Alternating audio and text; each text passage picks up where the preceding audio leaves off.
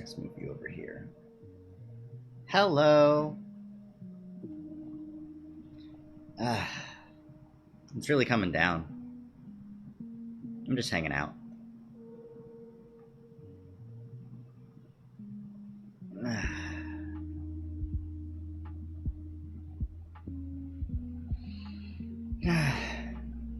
Yeah. I was just trying to test my audio setup, and I think I've got a better solution. There was a bit of an issue where whenever I get too loud, I would start clipping, and when I would start clipping, it would start cutting me out, which made it so some of the clips that I've taken, I've realized have just been kind of really half of me starting to scream and then me going, you know. But I think I've resolved that issue by putting a different type of noise suppression, adding a limiter, and increasing the gain on the microphone. That way I can be a little bit further back, so my webcam is picking up the face and tracking it a little bit better. The microphone doesn't have to be right in my face. So I'm thinking that this is going to be better. I'm hoping that it's better. But, you know, we'll see. We'll see. Yeah. It's pretty chill right now. I'm trying to relax as best I can. I really want to keep playing the Great Ace Attorney Chronicles, and I probably will at some point today, but for right now, I'm just hanging out. Mila Coolness, far away. Thank you, Lo-Fi Hip Hop Radio. Beats to study and relax to. I'm hoping that the volume's good. I'm trying to be a little bit more mindful of the levels, because it's something I haven't been asking about as much as I should be. I think it's an important part of any good stream. Make sure the game audio's good.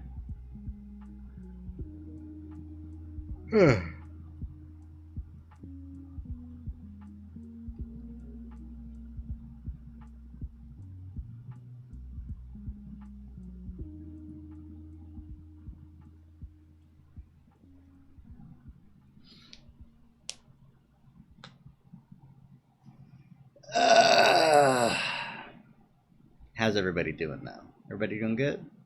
I hope everyone's doing fine. It's a little bit of a it's rainy where I am. Just like in this lo-fi beats. But yeah, I'm just maxing and relaxing. I want to play Ace Attorney later today. But another thing that I've been interested in doing is getting together some of my friends and playing Gartic Phone. I've been seeing some of the HoloLive members doing that, and it seems really, really funny. But another thing that might be a little bit easier to manage would be other VTubers collabing for Jackbox. It's a fun party game, and it's got Twitch interaction, so that would be fun. Audience stuff. People can just join in, say hey, vote on what's funny and what's not funny. I'm funny. Everyone else is not funny. That's the rules. Thank you for coming to my TED Talk. It's a little bit loud. Let me turn it down.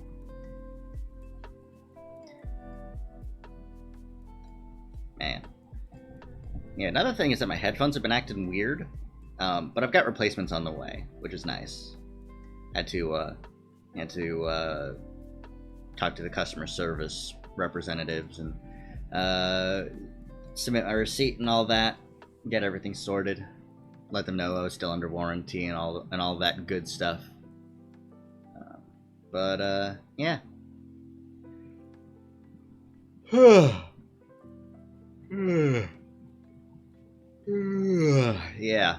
Yeah. Sleepy, chill, rainy day. Trying to look around my desk to see what I can mess with. Oh, I've got tarot cards. That's right. I like messing with tarot cards.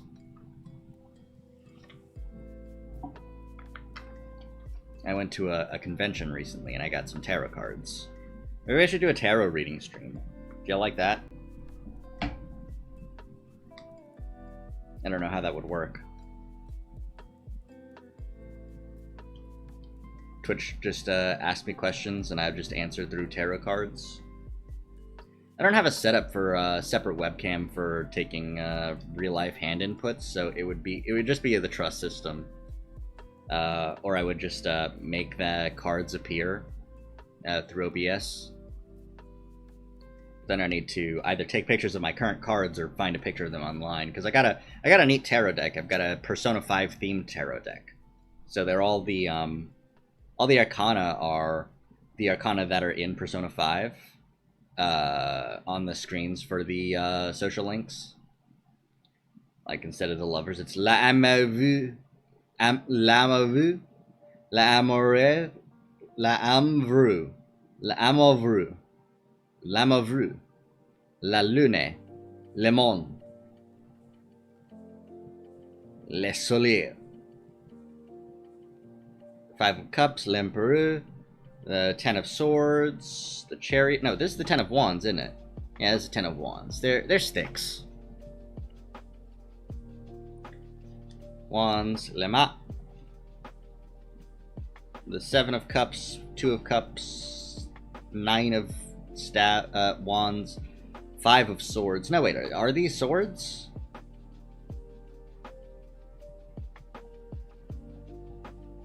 Cups, Le Consolant, Eight of Deniers, the One of Swords. I know that much. That's a single sword. Valet de Coupe, Valet de Coupe, Valet de Coupe. Oh right, Jack of Cups, or yeah, probably. Page of Cups. I don't know. Seven of Swords. La Four. Les Pendus. The Eight of Wands. The Three of Swords. Four of Deniers. Les Bateleurs. The One of Wands.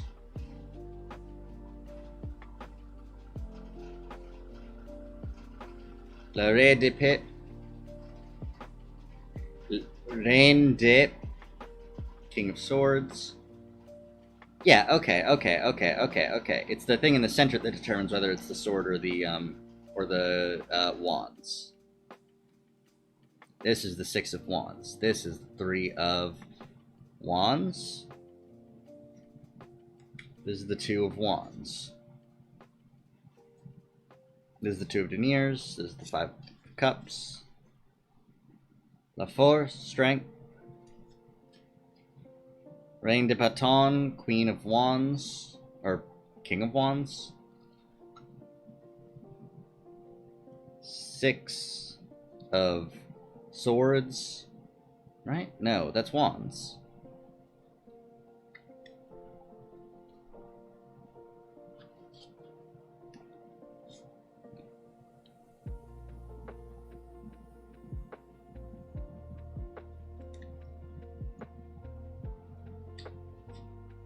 Six of Wands versus... No, this is the Four of Wands. Okay. I need to find the Four of Swords to compare them, to see what the difference is. But it's a big deck. A lot of cards in the deck.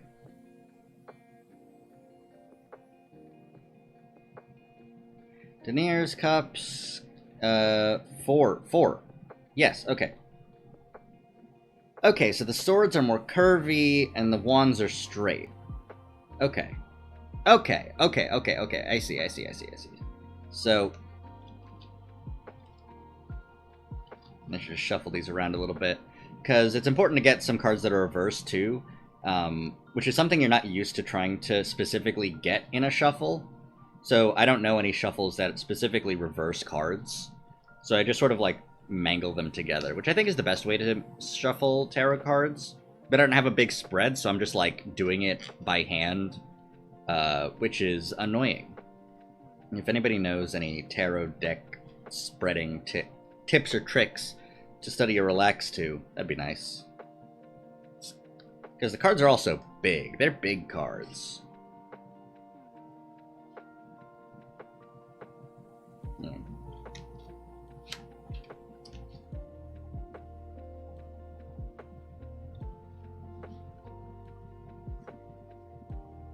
I'm usually not awake at, like, reasonable times. I don't know when I should stream. Because, you see, I have a, like, real job. Like, a job that I have to go to and get paid for. But that job is an overnight shift. So I work basically from the middle of the night until noon. So that's why I was able to stream at 1 o'clock yesterday, yesterday. And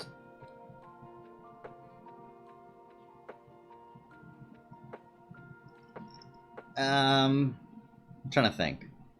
I'm trying to think of what times I should stream.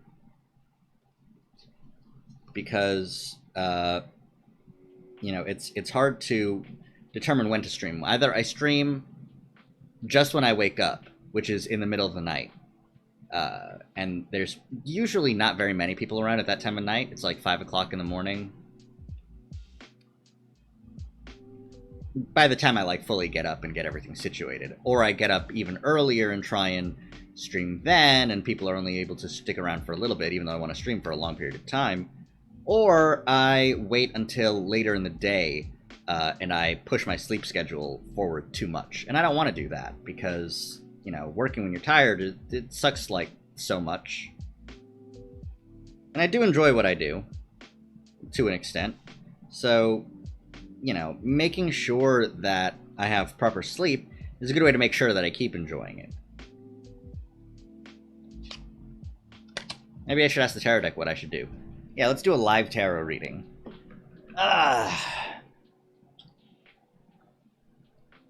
What should I do in regards to my streaming schedule?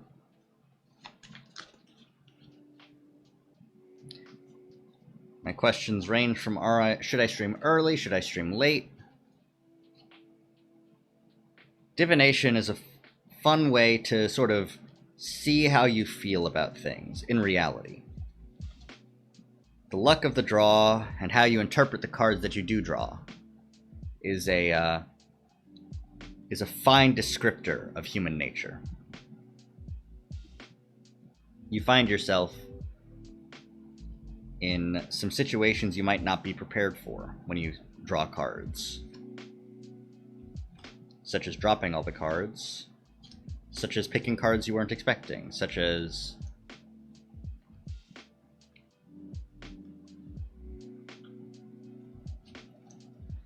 alright.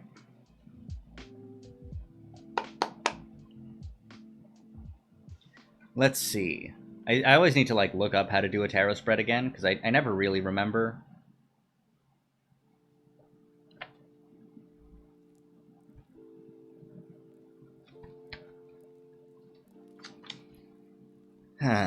Okay. How to do a tarot reading.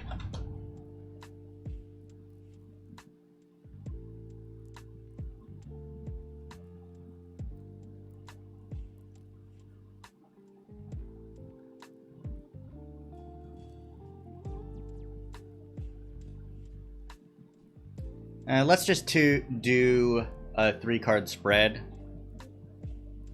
for past, present, and future. We'll cut the deck and pick this card.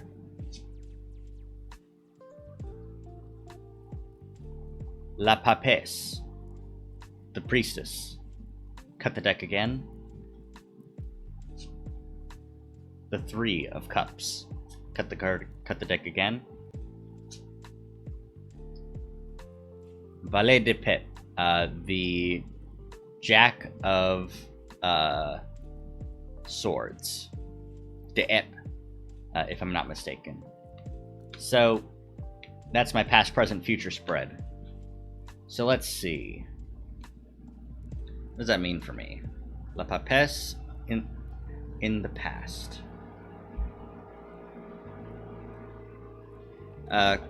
Tarot card meanings.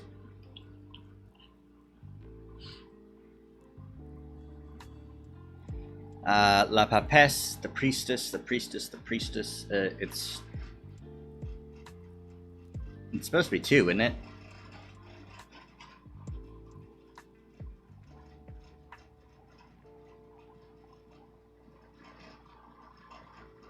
Yeah, I guess this website has them listed in reverse order. Upright, intuitive, unconscious, inner voice. My past has been unconsciously helping me, my past streams. Well, I can't continue with my past, despite how knowledgeable it might have been, because my schedule changed.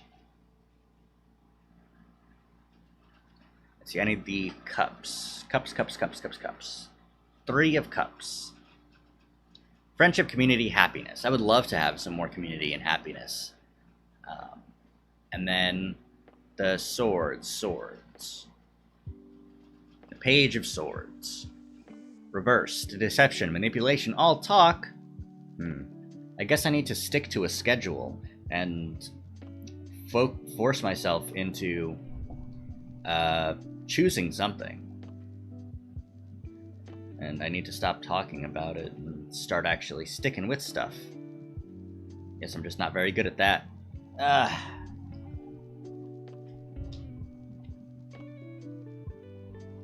Let me just do a tarot reading to see what is better. Staying up, starting my streams late in the morning, or really, really, really early in the morning, and hoping to build my community through those people who are awake then, or starting my stream later and taking a hit to my personal health in the hopes of getting some more people that I know that are available to join in and say hi.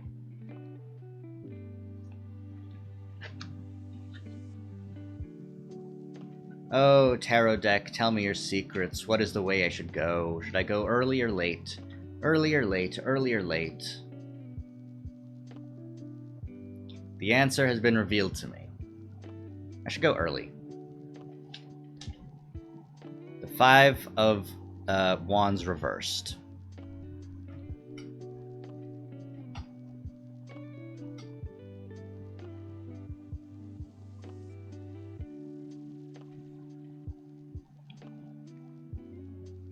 Avoiding conflict and respecting differences. Hello! Hi, I'm just doing some tarot readings.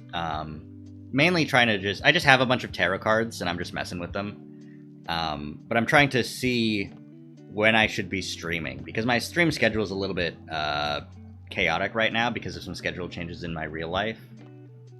And the deck just told me that I should avoid conflict and respect differences when determining my schedule. And I wonder how I can implement that. Avoiding conflict and respecting differences. I guess I should respect my friends for not being able to reach my streams, and avoid conflict by simply sticking with what works best for me for my streams, which is going to be streaming like super early in the morning. Very, very late night streams. It's unfortunate, but I think that's the best way to go. So thank the cards very much for your services. Persona 5 themed card deck. It's very cool. Bought it from a convention. Gotta put it away though. Let's see, what do I want to do today? It's kind of a chill day. Like the stream says, it's rainy over here. So there's not really too much to do. Though I do want to keep on playing my video games. I got the Great Ace Attorney on the back burner. It's on my mind. I'm so engrossed by it. Herlock Sholmes owns my entire ass. I've also got Neo: The World Ends With You, which I can continue streaming. But I found that I wasn't enjoying it as much as I'm enjoying the Great Ace Attorney Chronicles. Which is unfortunate because it's a very funky, fresh game with a sweet style. Dang. Yeah.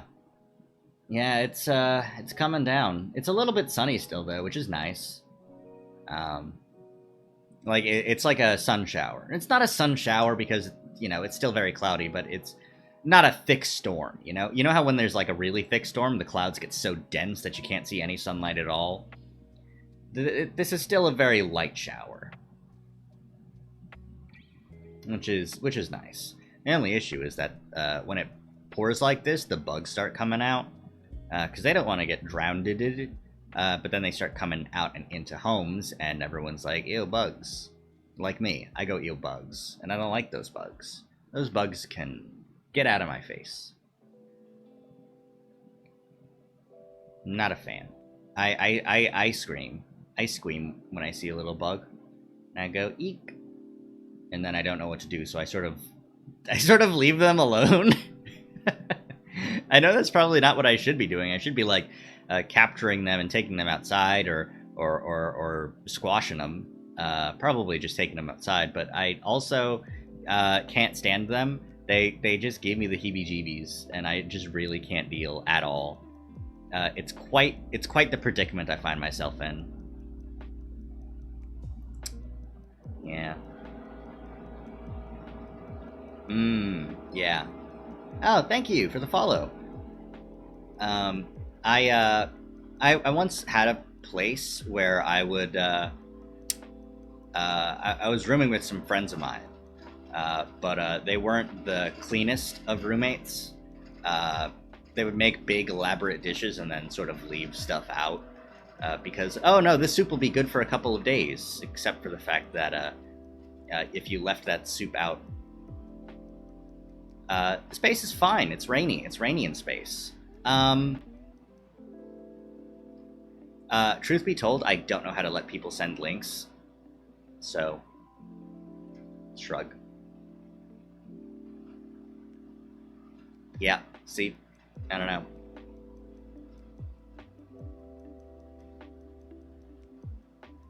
You can pull up the Twitch mod view, but,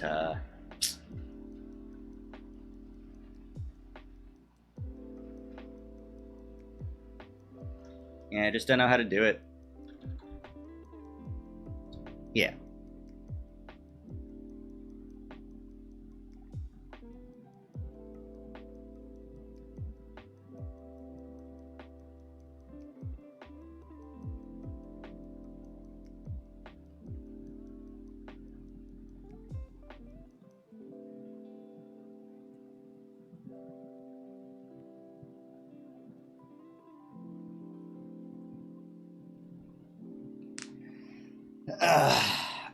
Oh, geez, Louise, I'm stretching. I forgot to do that, and it's whew, quite the stretch. Nice. Yeah, sometimes I've got a funky alarm because I had a bad habit for a while of my alarm would go off and I would just put it back. I would just like in a daze just on autopilot disable it and then just go right back to sleep, and like even when I would wake up later I would have absolutely no conscious memory of doing that at all.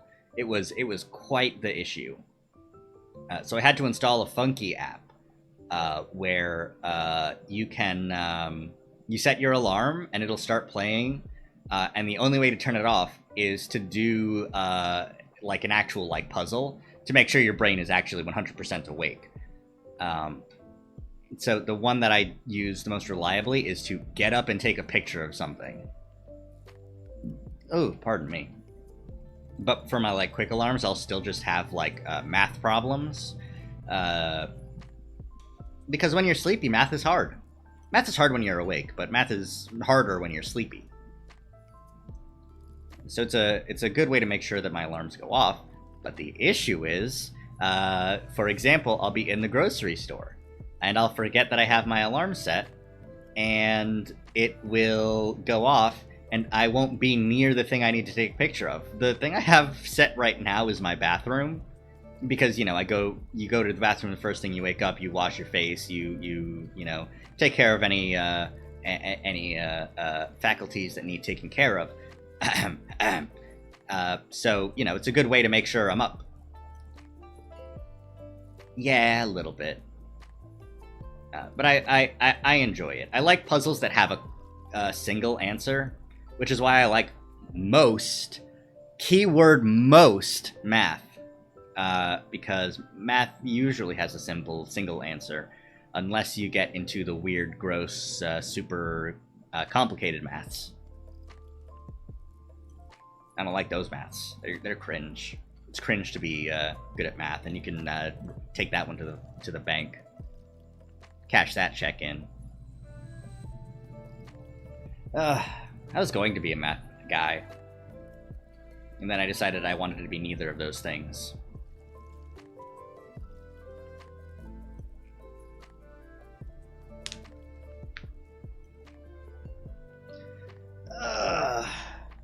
Yeah.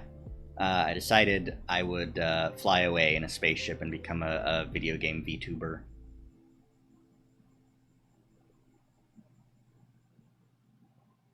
Yeah. I'm proud of the art that I'm doing now, though. I mean, I made this whole overlay.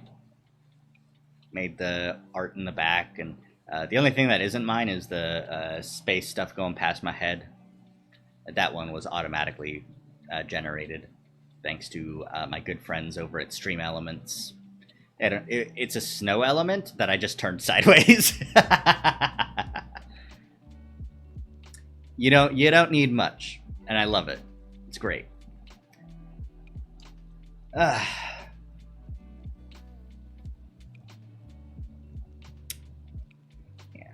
Yeah, but I got the tarot cards at a con recently, which was a very interesting experience because masks were optional.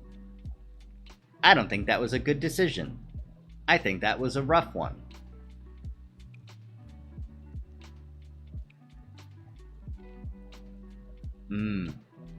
Yeah, 5 is a good 5 number. I was talking to a friend about some math stuff, and we were saying it's like volumes on a knob. You when you're changing the volume, it's set to an even number or 5. Like, that's it. You don't choose any other numbers. If the volume is on an odd number, it's a bad. You picked a bad volume. The only exception is 69. That's the only funny odd number. Actually, 9 is good too, just because it's like a perfect square. I like 9. My favorite number is 6 because it was the number I was assigned most due to my name, being early in the alphabet with Andromeda. So, I got 6 a lot, and I just assumed, and because the same people were in my classes year after year, I just kept on getting 6. So, all those 5 people before me with alphabetically higher names just kept on getting in my way of being number 1. So I became 6, and 6 is my favorite number now. It's the number I like.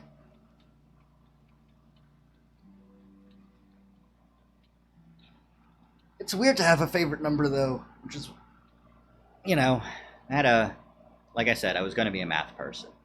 I did like 1 year of math, and I was like, no, thank you. I'm going home. No more maths for me. My brain has been emptied. I've got nothing left. Tank's clear. Yeah.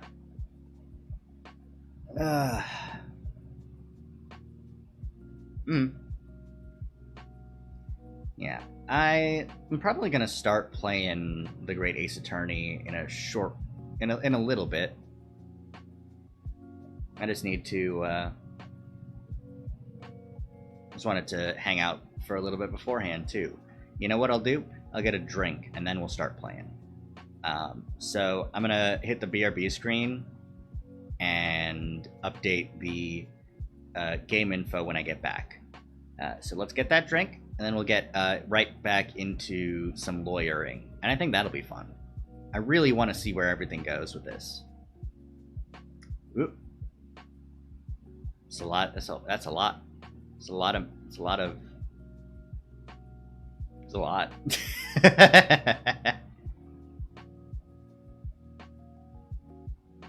Just running your finger along the keyboard. 7890 Cordio astifical semicolon Jake is and then the shifts and then the caps. Yeah, I got you. I've got your number. It's the Library of Babel. It's a thing I saw from a Vsauce web video where It's just randomly generated, but it's every randomly generated alphabetical sequence, including the 26 letters and space and period and comma that can ever be spoken. So, like, even what I'm saying right now can be found there. Actually, let me try and pull that up. Library of Babel.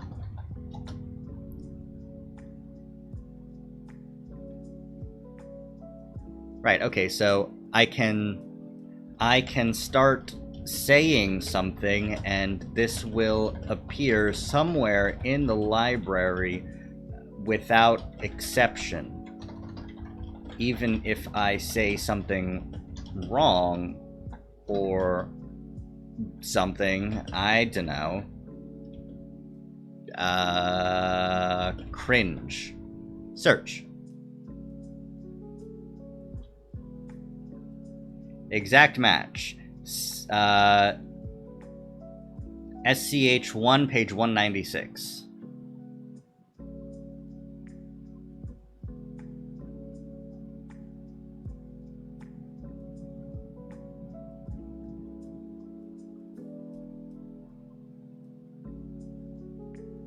Oh, can I just see the one with the random characters around it? Yeah. It's like this randomly generated gibberish.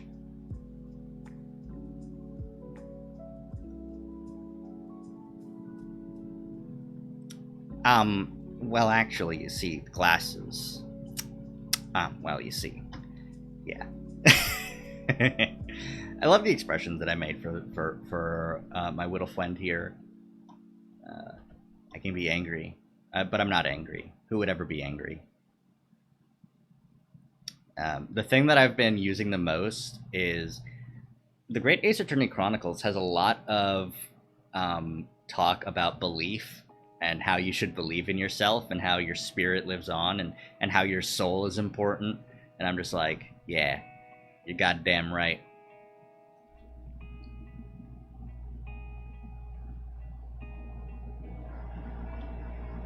Good shit. Yeah, libraryofbabel.info is that website.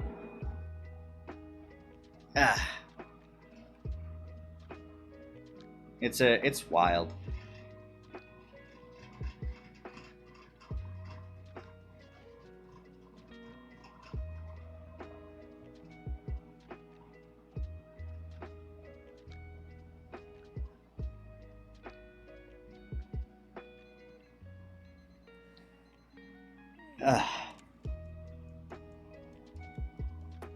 No comprende.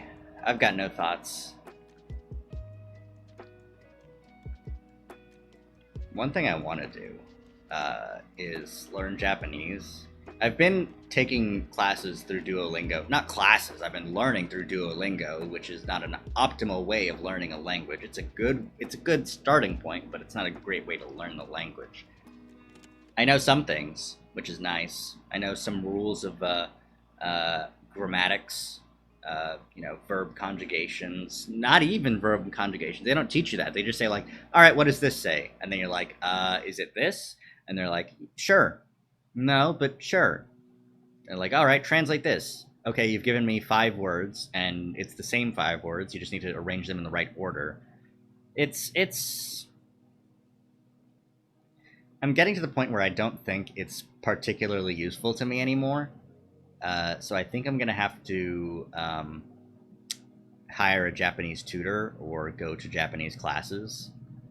I was thinking of putting the game that I'm playing in Japanese, but I don't know if that's a setting you can actually enable. Here, I'm gonna get a drink because I need to rehydrate, and then I'm gonna switch over to that game view and see what's up.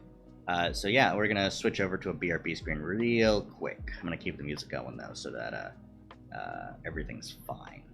Everything's still Gucci gang.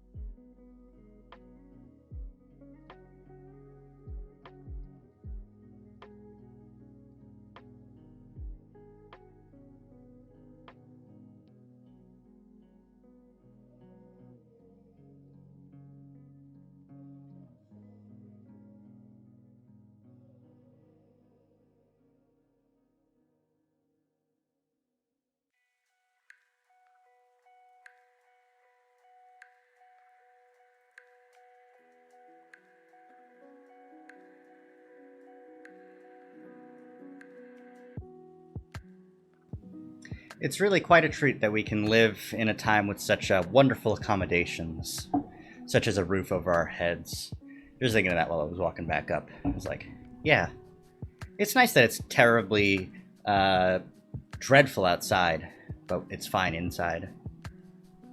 But yeah, it's can opening ASMR time.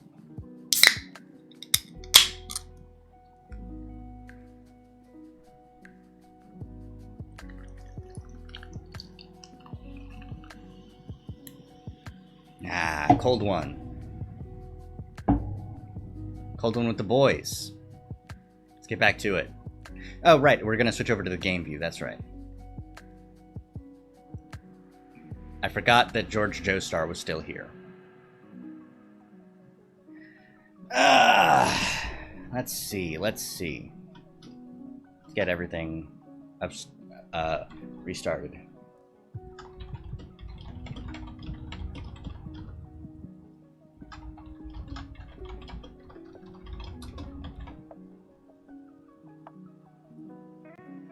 Update the category. Great. Ace Attorney Chronicles.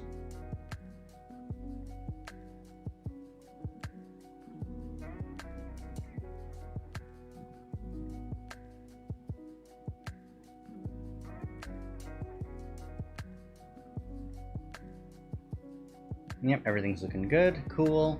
Alright. Then let's pause these lo-fi beats, despite how low and fi they truly are, and reopen my good friends over at the Great Ace Attorney Chronicles. See, how's everyone doing? I think the case is starting.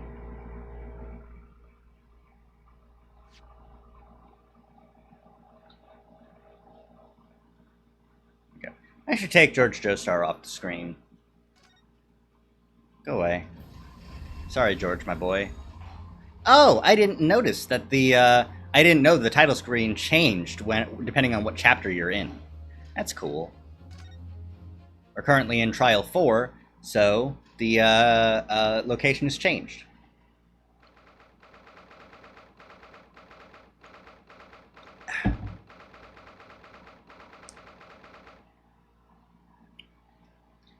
Huh. Wonder why this overlay isn't working properly. I'll try refreshing it.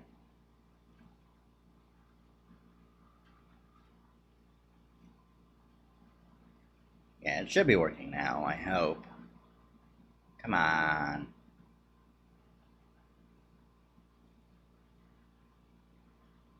Whatever. Anyways. Well, I never expected this. Who'd have thought we'd be back here again so soon? We are on a study tour of Great Britain with the intention of learning the country's legal practices. Hello! Thank you for the follow! Cool, that actually updated it, so it's your name's showing up in the little thingy. Nice. In order to research the latest court procedures here, we need as much court experience as possible. I guess we need to be lawyers to be lawyers.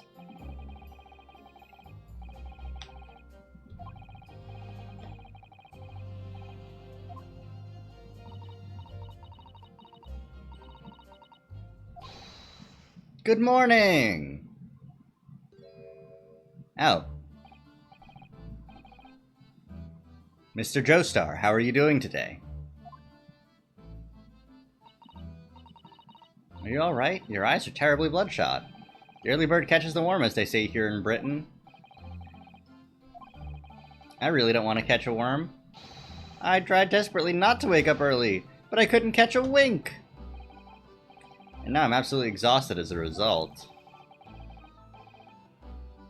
Do literary people take things literally? That's so funny! It's so wacky, Ryunosuke!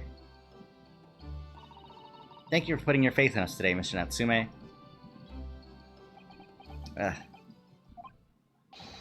I wish I had 9 lives. My whole future hangs in the balance. I'm too terrified to tremble! Really? Because I can feel tremors in the floor. I can do this. I can't take it. Although, locum student Mr. Naruhodo Esquire. Yes? Caught a glimpse of the public gallery as I walked by the courtroom. It looked like the opening night of the opera. There were so many people. I had no idea my case was such a notorious affair here in London. Oh, neither did I. You know why that might be, Miss Susato? I'm sorry, Mr. Naruhodo, but I have no idea.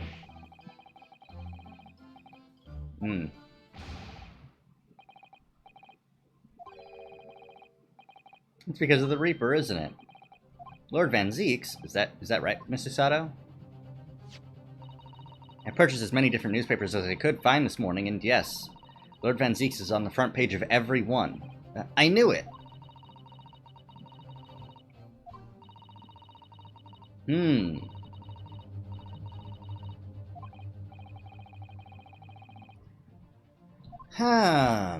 What's your deal, Reaper? Reaper Van Zeeks?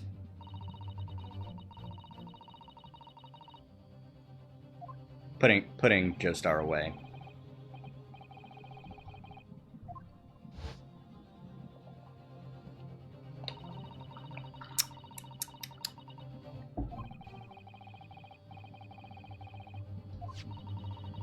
Why is Reaper back in the Bailey so soon for what appears to be a mundane murder?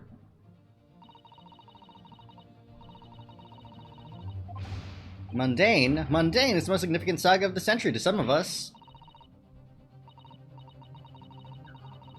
And so the papers are writing.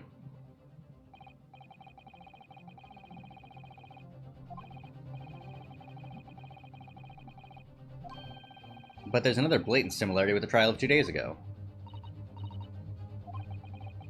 Mr. Naruhodo. It's you! Well, I suppose that's true.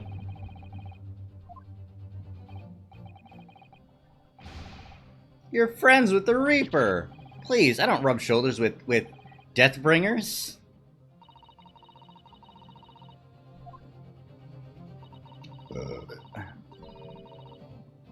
You just have bad luck.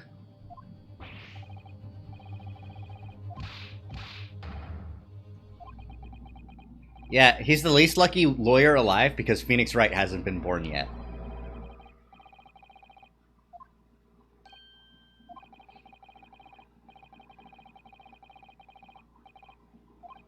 But I promise you this.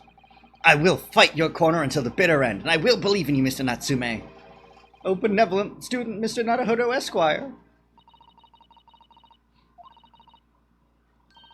We will always be on your side. Oh, benevolent non-locum assistant, Miss Mikotoba Esquiress.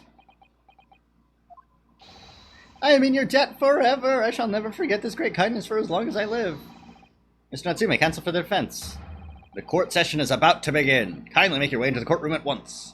Yeah, here we go. It's court time, baby.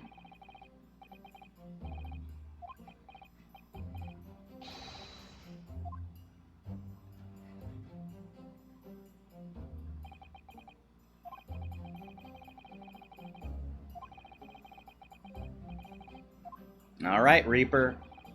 Hope you're watching over me, Kazuma. This time, I won't let my faith waver. I'll believe in my client till the very last. Just like you believed in me. I believe I can do this now. I'm ready for this fight. Believe in yourself. It's the only thing you can do. Alright, regular glasses on.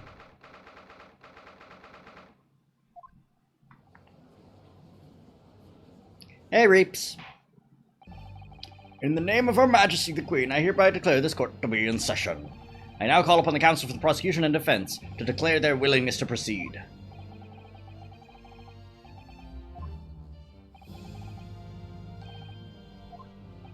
The defense is ready, my lord.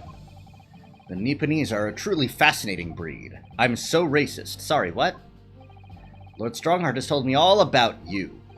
And you are a student who arrived in London but 2 days ago, a mere amateur. Do you have a point? Being a compatriot, you feel compelled to try to help the accused, I suppose.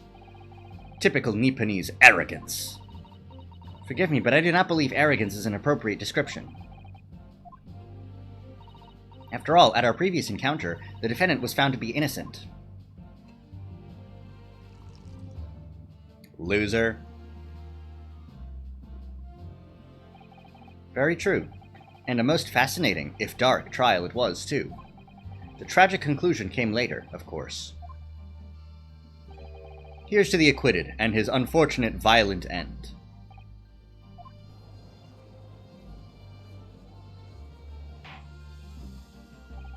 Thank you, counsels. I see both sides are in fine fettle.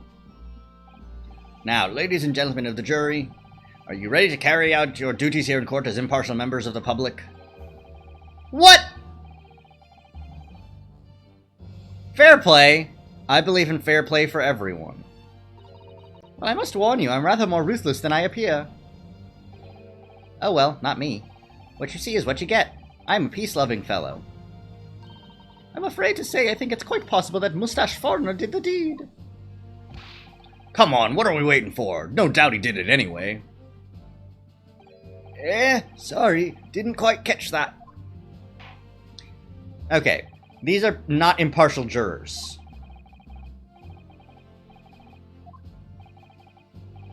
Great Britain signed an alliance with a rising power in the Far East. The accused in the dock today is a student from that same land, a certain Mr. Soseki Natsume. And while our country has extended this foreign student the warmest of welcomes, regrettably, the kindness has not been returned.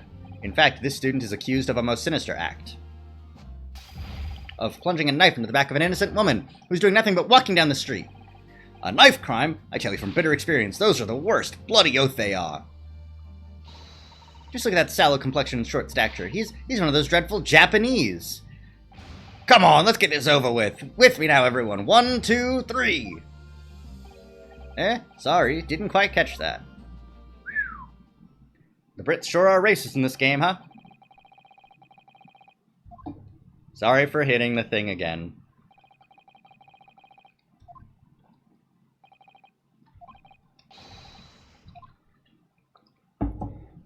Inspector Gregson. Inspector Gregson. Yes, sir. Tobias Gregson, Detective Inspector at Scotland Yard. Would you please summarize the events of the case for the court, Inspector? Victim is thought to be a young woman in her 20s by the name of Olive Green. I beg your pardon, Inspector? Thought to be? Yes, having been stabbed in the back by her attacker's knife, the victim fell unconscious. That was 3 days ago now, and she's been comatose ever since. What? So they don't even know who she is for sure? Comatose, I see. But her life is not in danger? Fortunately for the Eastern student, the charge will not be murder. Pray, elaborate on the details, Inspector. Sir, if I could ask everyone to look at this street map.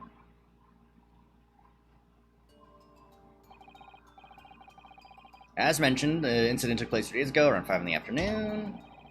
Happened on the pavement running alongside Briar Road, a wide thoroughfare for horse-drawn vehicles.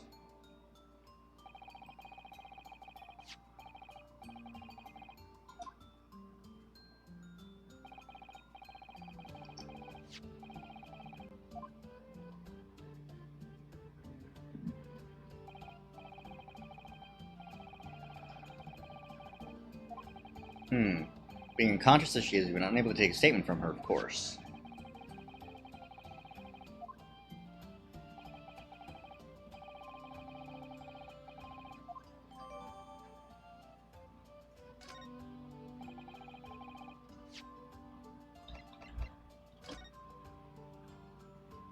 Female, stout build, early 20s.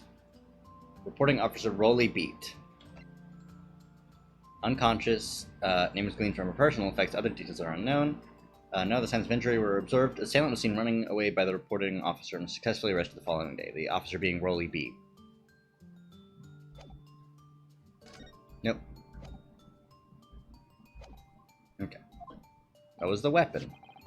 Have that here. It was removed from the victim's back.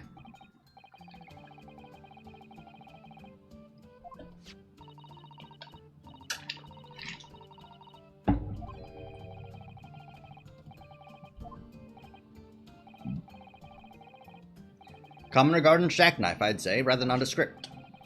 Thank you, Inspector. The court accepts the blade as evidence. Now then, what do we know of the motive? Money or valuables, I presume? Let's take a look at the knife, though. Open sesame. Eh? Where's the blood? Wouldn't there be blood?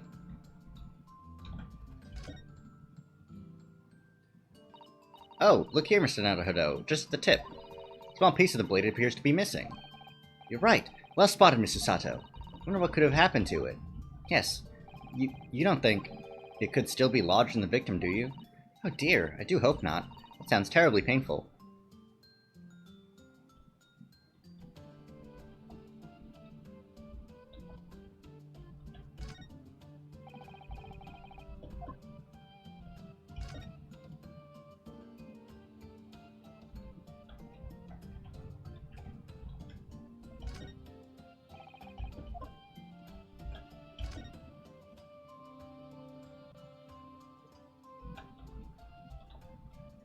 Seriously, is there nothing I can look at this for?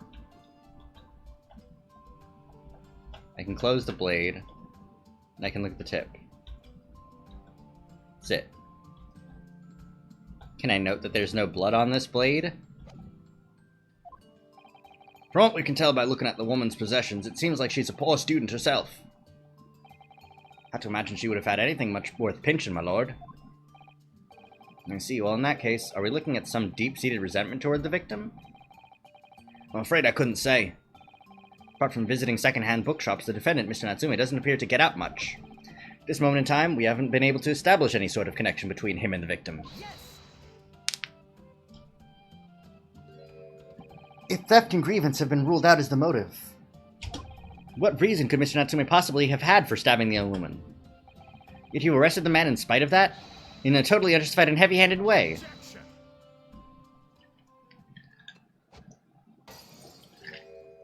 Damn. Pray forgive the discourtesy of flinging a freshly uncorked bottle into the public gallery.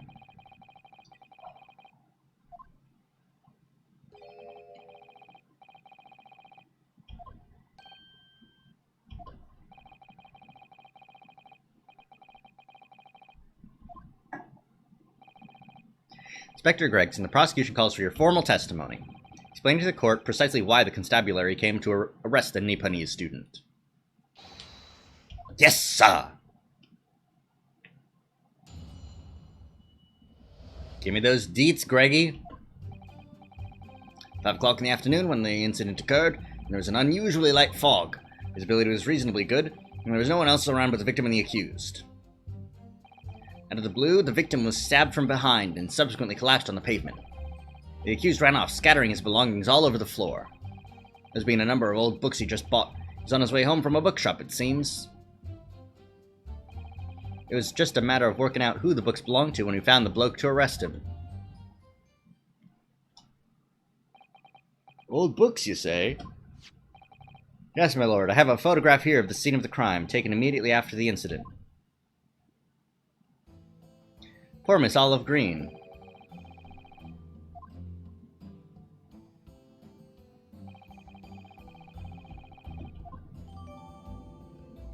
Ugh.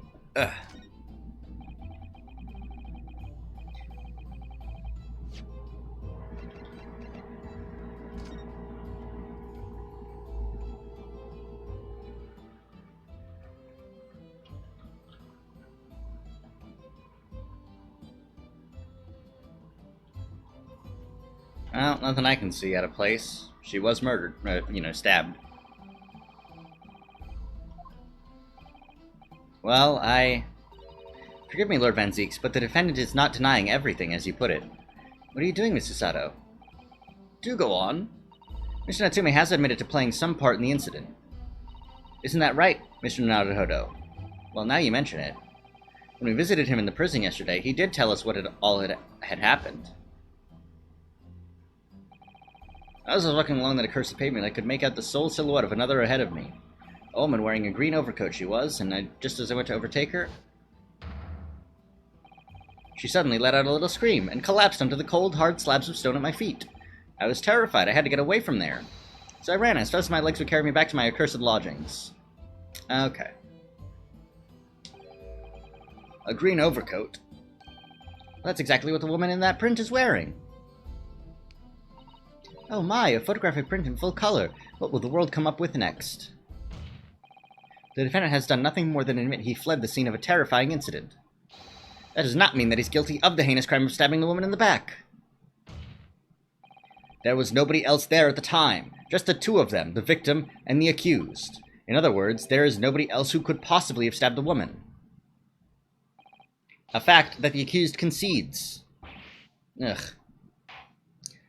Ugh. God damn it.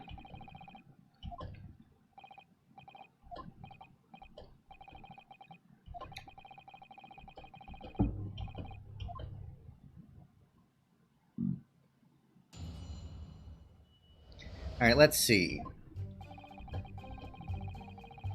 Yep.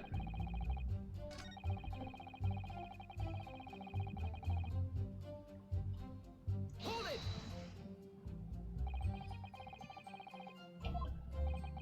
Quite simply, my learned friend, because that is what the witnesses to this crime have told us. Ah yes, Inspector Gregson mentioned the witnesses yesterday, didn't he?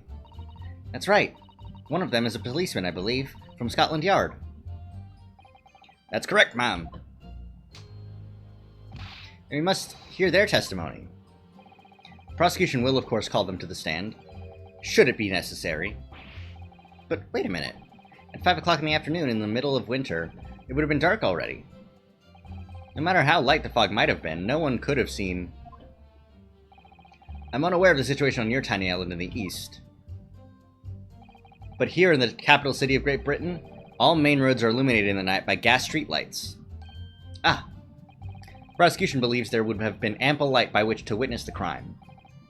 Quite. Here in London, for the first time in history, mankind has completely conquered the darkness. Which means we really need to hear those witness statements. If I could just get through the fog of this cross-examination, maybe we'll be able to. It seems the counsel for the defense is taking stock. Continue with your testimony, Inspector. Yeah.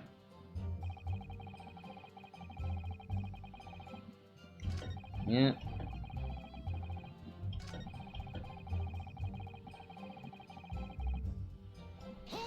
How do you know that?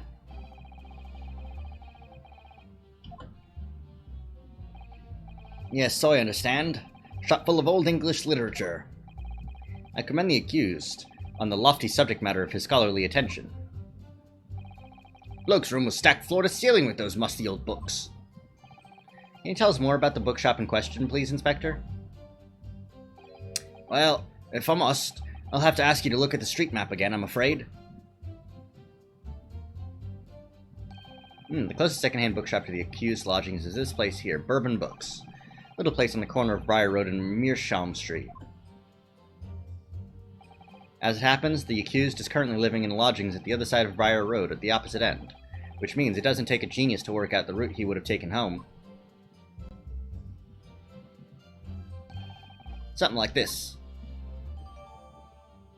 Oh, cool, it was updated. Good. Yes, I concur with your conclusion, Inspector. The defendant would certainly have passed the scene of the crime on his way home from that particular shop. Mr. Naruhodo, I think that what the Inspector just told us could turn out to be of vital importance. I agree. Is it the name? Because we've got the receipt. Yeah, from your books, not, whatever this one was. Bourbon Books.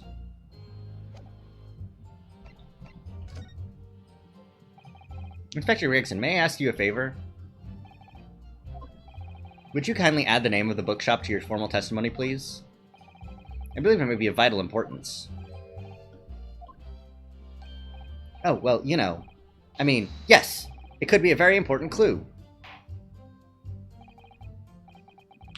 Not that I can see it being of any great significance. But please revise your testimony accordingly, Inspector. Can this man be any more sardonic?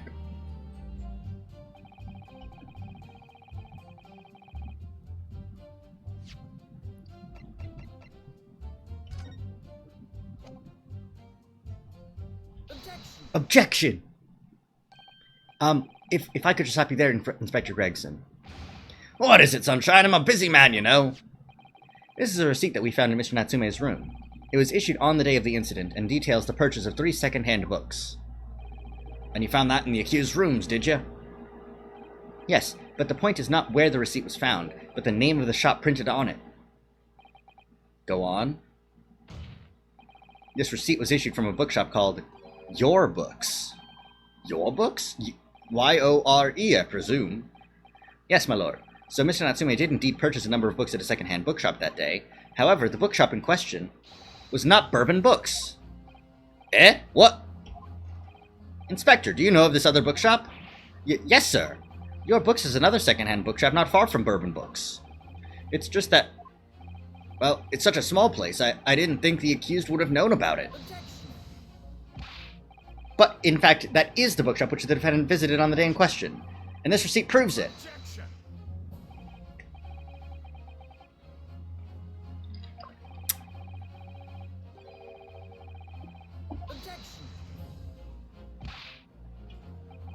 I mean, after all, I have the street map here if that might be of help.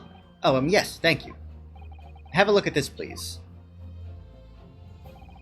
If the defendant had been returning from Bourbon Books,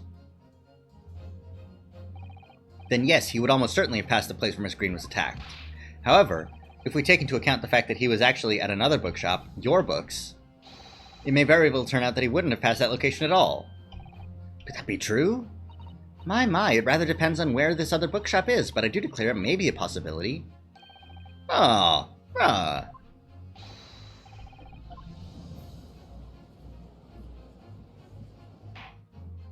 Inspector Gregson, where is this Your Books establishment? Well, obviously we looked into that. Turns out that Your Books is just here on the next corner of Meerschaum Street going east. Okay, so Your Books, it could have been that he went down Calabash Road. And there you have it, as you can clearly see now. Oh. Yeah. Could have gone either way. My learned Nipponese friend is obviously in training to be a clown the way he regales us with such witticisms. To your future career in the circus. You put that glass down now, or I'll put it down for you. I, didn't think I needed to spell it out, but here we go. If the accused was coming home from Your Books instead of Bourbon Books, there's no doubt he still would have passed the place where the victim was stabbed. Yes, thank you, Inspector.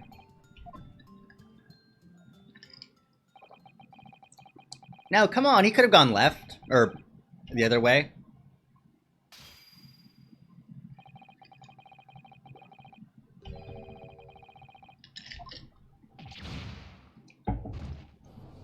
Not quite. Objection. Hold it.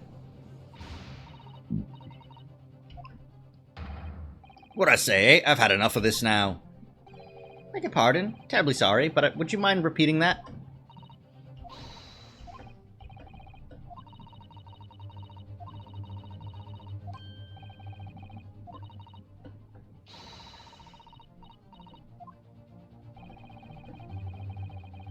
They claim it he must have passed, but raise an objection.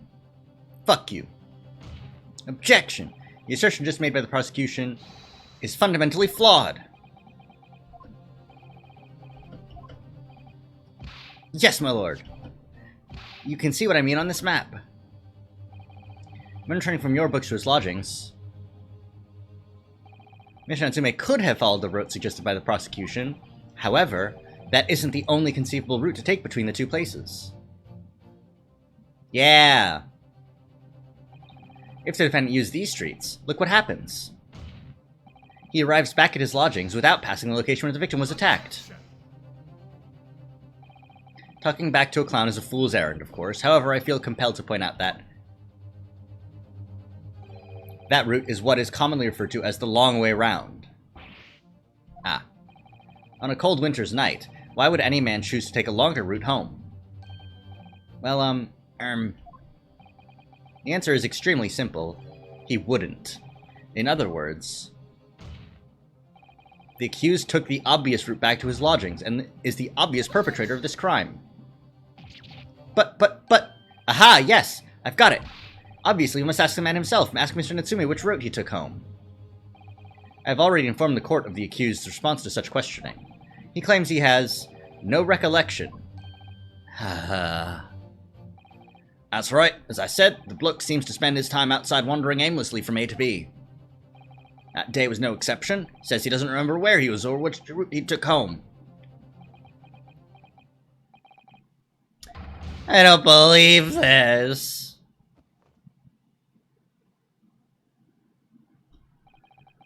I thank you, my learned friend, and suggest that we do not waste any more of the court's time by wandering aimlessly around this subject.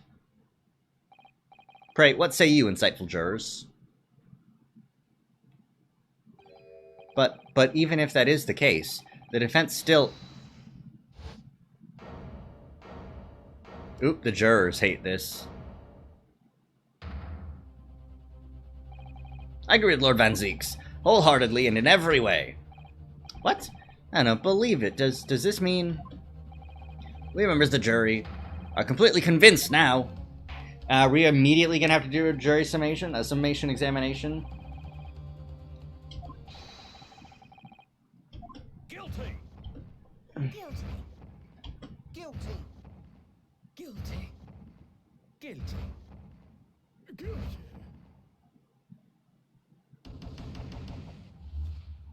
God damn it.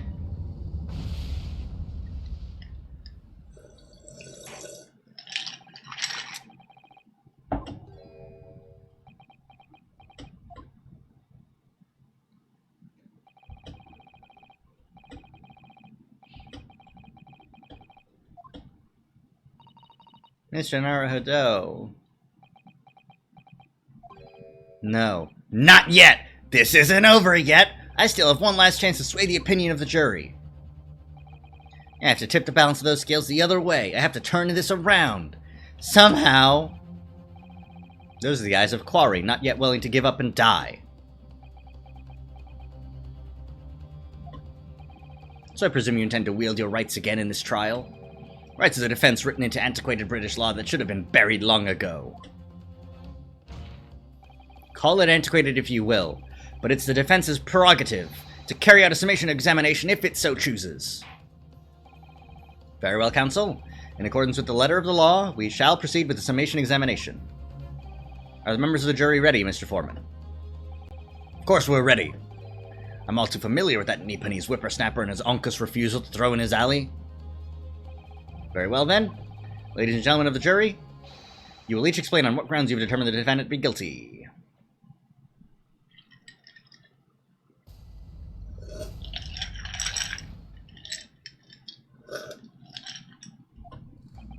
For pity's sake, that little Nipponese oddity already admitted it himself, didn't he? If he said that a woman in green collapsed before his eyes, why, it can only have been the victim. The man who wouldn't have gone around the houses on his way back from the bookshop, not in winter. So the poor woman was attacked from behind, was she? How dreadful. I really don't care. Can't we just wrap this up now? I've got work to be doing. Your books, yes. Nice chop, that. But bourbon books? Humph. No, not worth a visit.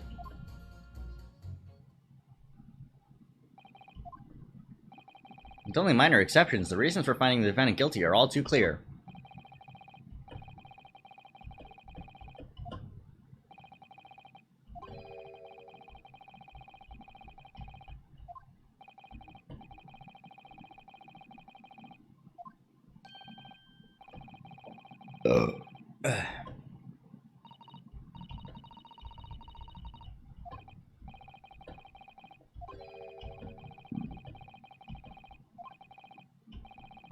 How can I possibly make a case for the defense?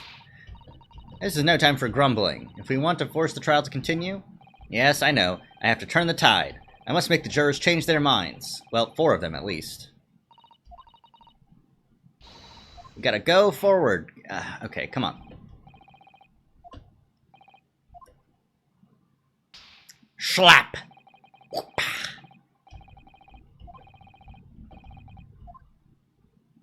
Come on, Ryunosuke, you can do it!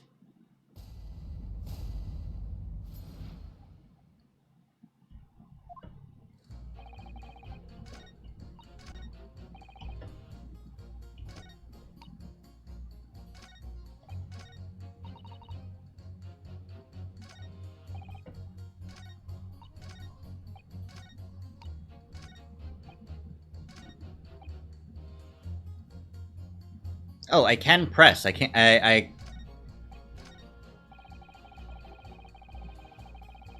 Hold it! Sorry. Fold it, you say? Fold what? No. What I said was hold it. What I wanted to ask was, do you visit your books often?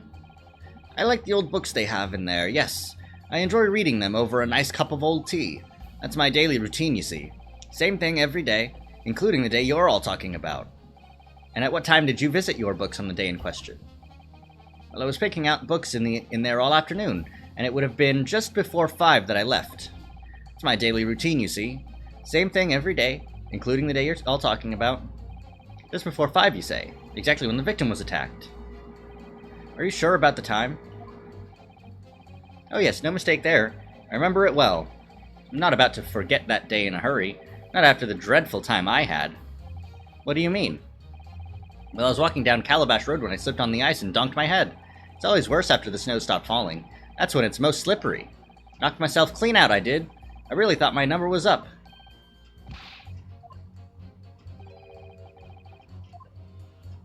Ah, I see. So Mr. Natsume was heading down Calabash Road and saw juror number 6 fall and hit his head.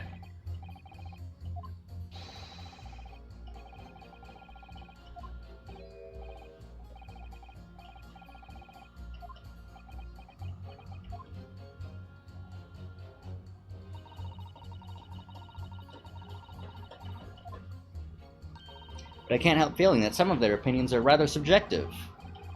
It's the irrelevance of what some of them are saying that sends a shiver down my spine. Still, at least some of their assertions don't actually incriminate Mr. Natsume of anything. That's something.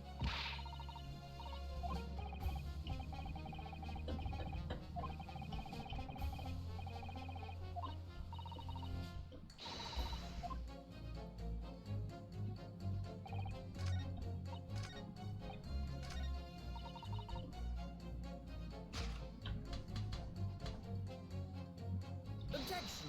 Does that count? Does that work?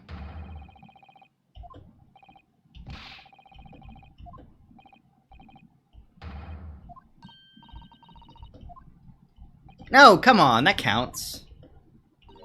I think perhaps the old man didn't hear you. Unbelievable. It's not like I was loud or anything. There's at least one fact of which we can be sure here. The bookshop receipt found in the defendant's room clearly indicates that on the day of the attack, he had been to your books and purchased a number of secondhand titles. He then returned home on foot. But the man says he has no recollection of his return journey. Cool, it did work, okay. That's correct, but what he does remember is seeing someone appear in front of him on the way. Someone in a green overcoat who suddenly collapsed on the pavement before his eyes. Yes, we are all well aware of this. The poor young woman who stabbed, obviously. No! Can we really be sure of that, madam? My, whatever do you mean? I'm sure you heard juror number 6's account of what happened to him that day. That same afternoon, there was somebody else apart from the victim who was wearing a green overcoat and who fell over on the icy streets in the neighborhood. Oh my! Oh! My goodness! You mean...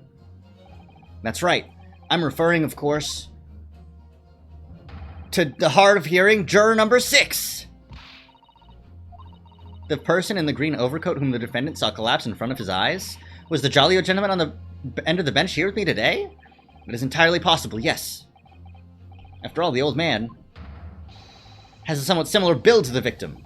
Well, look at that! My goodness me! Sorry? You need a pee? No. No pee. We know precisely where the old man in green overcoat fell. On Calabash Road?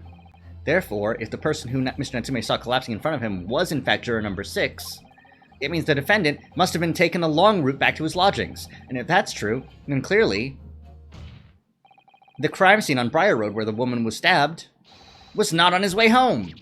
Oh my! You idiot, old man. If you hadn't been so daft to be roaming about there, we'd have boxed this off hours ago. And really, what were you thinking wearing such a befuddling coat? What'd you say to me? Is it a crime for the elderly to walk the streets these days? Is it a crime to slip over on the ice? Is it a crime to keep up with the latest styles and wear a beautiful green overcoat? Is it?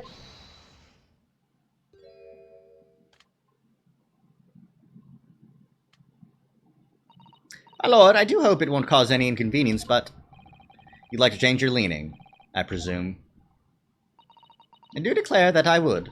I should like to call for a verdict of not guilty. And I would too. What? Is it a crime to change your mind? Is it? Well...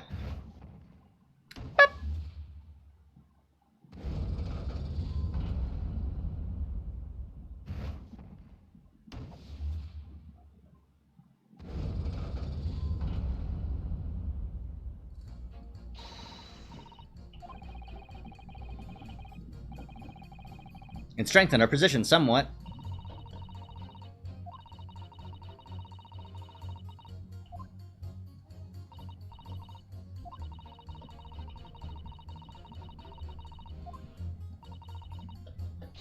Tip the balance. We gotta flip the scales. We gotta fuck it up.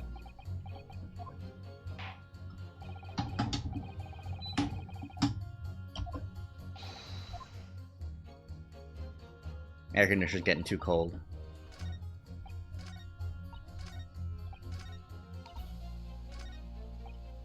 Hold it! A man's life is on the line here, sir. This will take as long as it takes. Don't get clever with me now, son. My life's on the line too, and so's my family's. Ah, the likes of you wouldn't understand, but a laborer like me can't afford to take time off. If I don't work, I don't eat, and neither do the wife and kids. Oh, I see. That must be very hard. I go to the union every morning to find out what needs doing. If you're late and the work's taken, it's tough. This time of year, there's water and gas supply pipes bursting left, right, and center. They're after cheap labor to get the roads dug up to fix it. It's a hard slog from dawn till dusk, it is. So, you were out digging up the roads on the day of the incident as well, were you? That's right. In fact, if I remember rightly, it was just round the corner from where it all happened. By that old bookshop it was. What? Another coincidence? That's right, Meerschaum Street it was. Meerschaum Street. Juror number 5, I need you to add that information in your formal statement, please. What's the point in that? Can't we just get this business over with now? Please, sir, it's important. Fine, I'll do it then.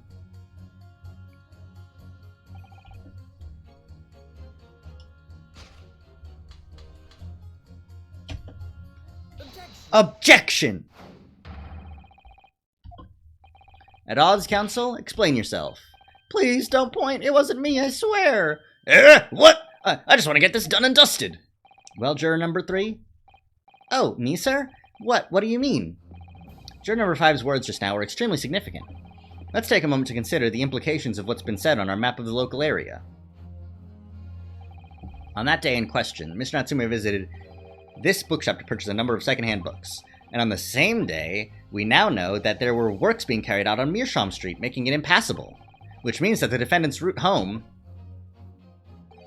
could not have taken him along Meerschaum Street and down Briar Road. Oh, yes, of course. What do you think, sir? Well, yes, you can't argue with that, really, can you? We must have had a good 2 yards or more of the pavement up.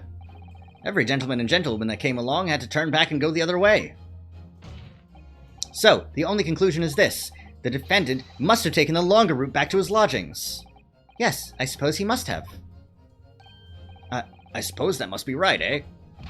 Juror number 3, you said the following. The man wouldn't have gone around the houses on his way back from the bookshop. But we see now that he had no choice. Yes!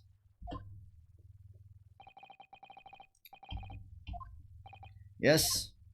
I don't think in all good conscience that I can say the man's guilty now.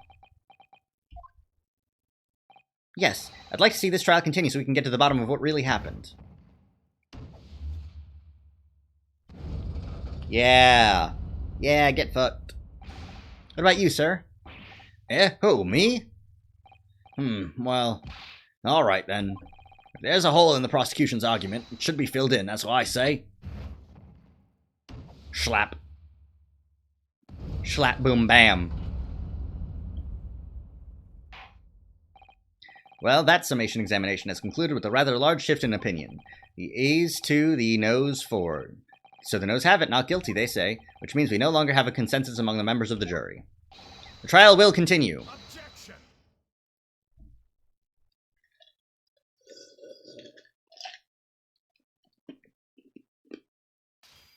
Yeah, be mad.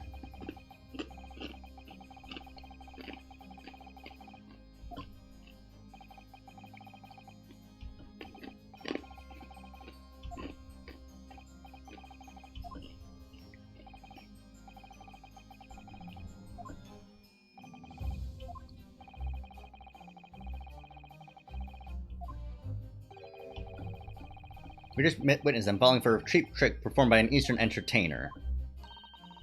Objection.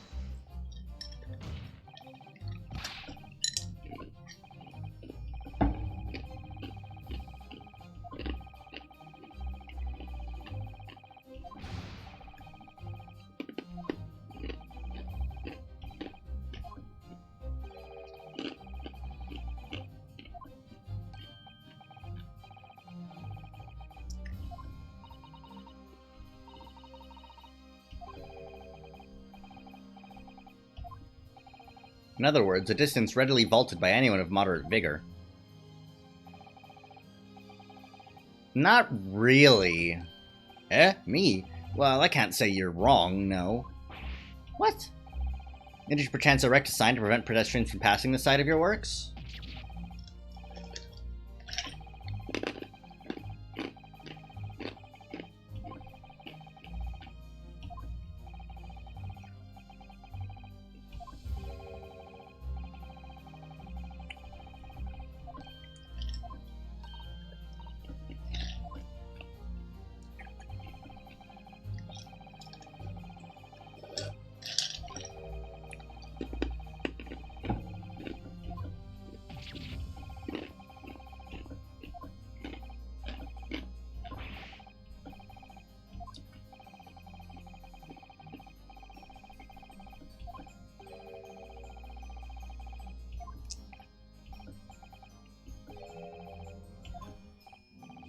You don't remember?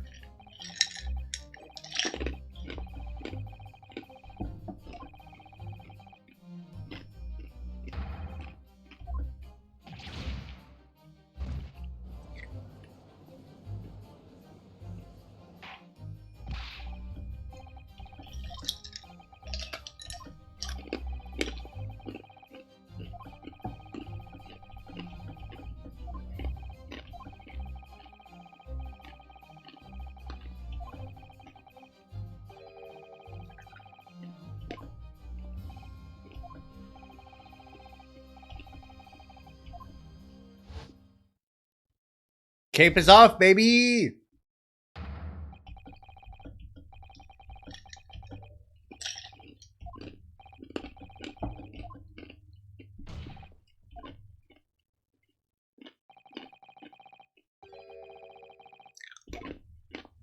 Alright. Let's get these witnesses started. Let's go.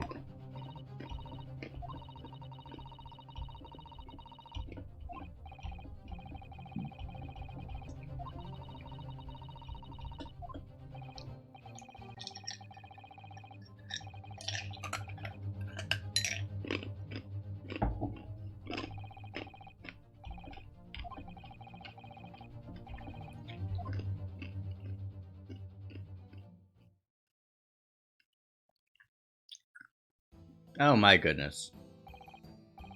I'm gonna BRB. Sorry.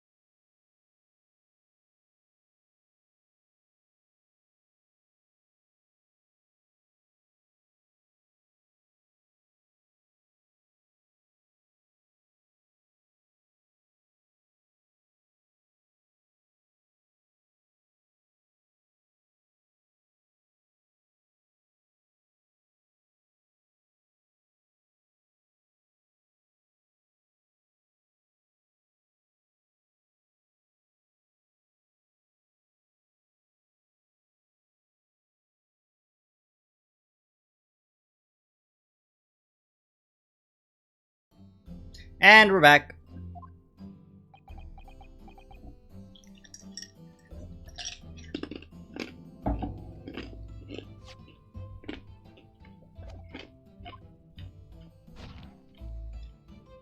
Names and occupations. Constable Rolly Beat, sir. Sir! Nothing to report on the street, sir.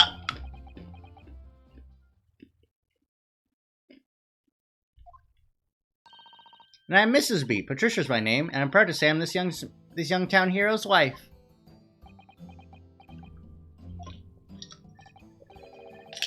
What's the story here?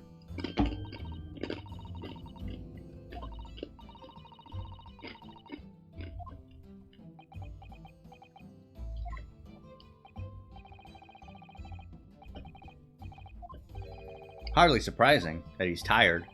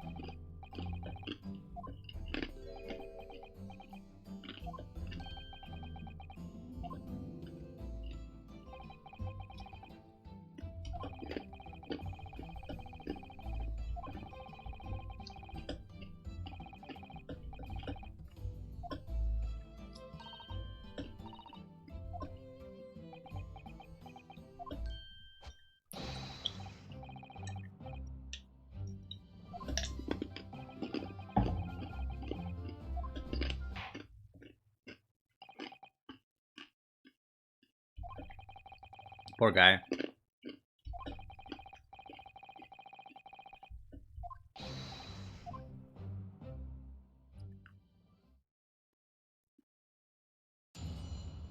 Give me that tasty testimony. I'm gonna eat it up and spit it back out at you.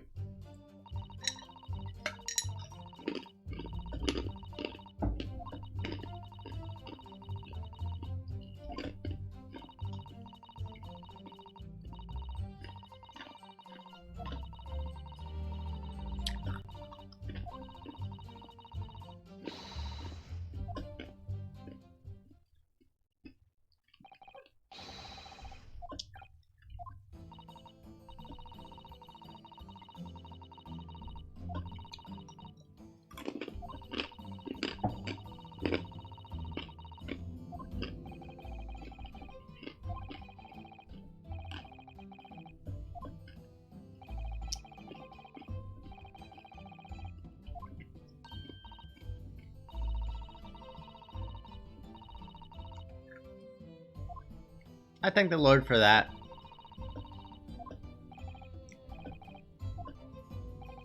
This cross-examination will be over in minutes. You may well have time to rest this afternoon. What do you mean by that?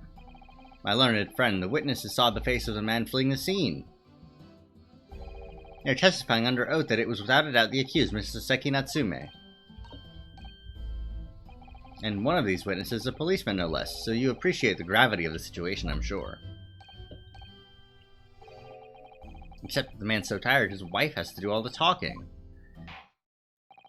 Enough preamble. Counsel for the defense. Commence the cross-examination, please.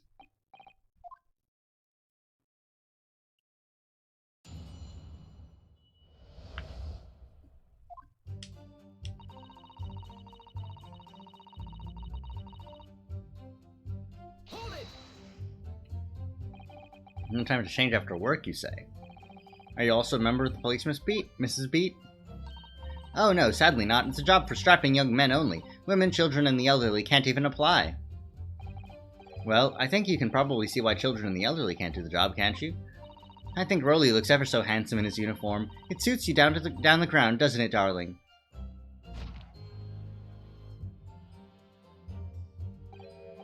What? Ah, I just finished my beat. Pat and I were headed back to the station. I was actually planning on getting changed there.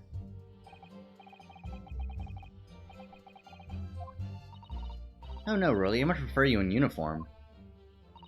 Sometimes, I don't recognize when I see you in plain clothes. Oh dear, that doesn't seem healthy. Coming here to the point. You were going for a meal after you'd had finished your beat for the day, correct? That's right, sir, yes. Although, I was fit to drop, to be honest, after spending the whole day on my feet. But policing is my life, sir. As long as I'm the proud owner of this, I'll serve my city and queen to the end. What's that now? My warrant card, sir. Proof that I'm a London copper. There's the noble founding principles of the force written on it, as a reminder to all us policemen of our sworn duty, to patrol the streets of London town and uphold the peace of the common man. Sir! And for such a noble cause I cover 20 miles every single day without fail and without a grumble. Because I know that the plodding of my boots is all Londoners need to hear to feel safe and secure. So, fighting crime doesn't appear to come into it then. But, sir, just on that one particular day, I was looking forward to celebrating my wedding anniversary. Mrs. Beat puts up with a lot being married to a bobby like me. I just wanted to show my dear wife how much I care. Oh, Pat. Oh, Rolly.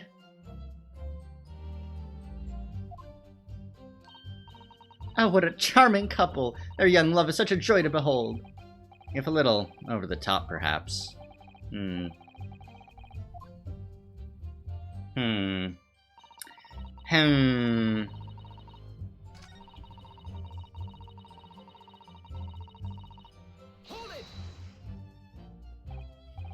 Scattered something. What do you mean by that? Oh, well, I couldn't quite make out what it was at the time. But then when we got closer, we realized what it was. Didn't we, darling? Wake up! What? Ah, yes, that's right. It was some old books. I see. Old books.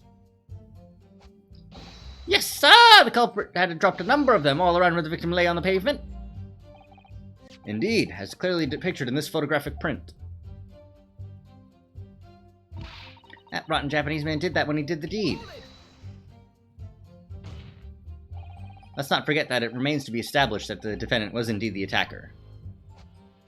But we saw him! It was the man in the dock without the question, sir. The mustache, the hunched back, the cat-like eyes, the top mouth, the snub nose. Everything! Any more insults you want to throw in? That's right, he looked down at that poor defenseless woman with those terrifying, intense eyes, and then suddenly threw his books on the pavement and ran away. I see. This is tough. They seem as though they are telling the truth here. May I remind the court that this unambiguous testimony comes from a policeman and his wife. Now please, continue. Yes, sir!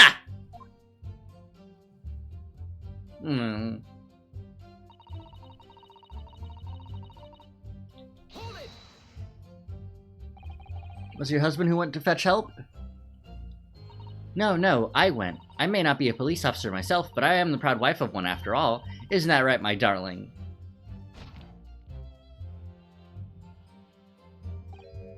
What? Ah, yes, that's right. I asked Mrs. Beat to go. I was off duty by that point. But a bobby's never truly off duty, of course, so I felt obliged to stay and guard the scene. Very laudable, Mr. Beat. Preserving the scene of a crime is a task of considerable importance. That's why I sent Patricia, you see. I told her where to find the right police box. Forgive my ignorance, but what do you mean exactly by the right police box? Depends on a crime's location, you see, as to who deals with it. Where the woman was stabbed wasn't actually on my beat. So I told Patricia the way to the police box for the beat the incident fell under, so she could go and report it. I ran there as quickly as I could and asked for help from the bobby on duty. There's nothing more potent than a young couple in love working together, you know. And thanks to your swift response, the case was quickly resolved. The actions of two model citizens. Oh, please, you're making us blush. Isn't he, darling?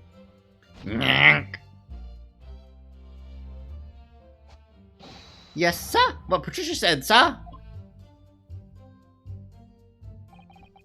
Let's move on, shall we?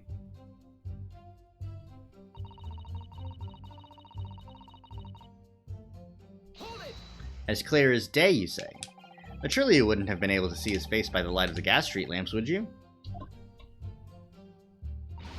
We absolutely could. Us Londoners have exceptional eyesight, I'll have you know. Right. The light from the street lamps was more than enough. And my husband already told you the fog was only light, didn't he? Yes, and what of the fog? We're famous for it across the globe, I believe. But it's an absolute menace to those of us who have to live with it, of course. Oh, it is, it is. When it's thick, you can't even see the hand at the end of your own arm. Yes, alright, I take your point. Now, could you stop shaking your husband about? The constant fog makes our eyes very sharp, you see. That's why we can tell you for sure and certain that it was that little Japanese man we saw. Can't we, darling?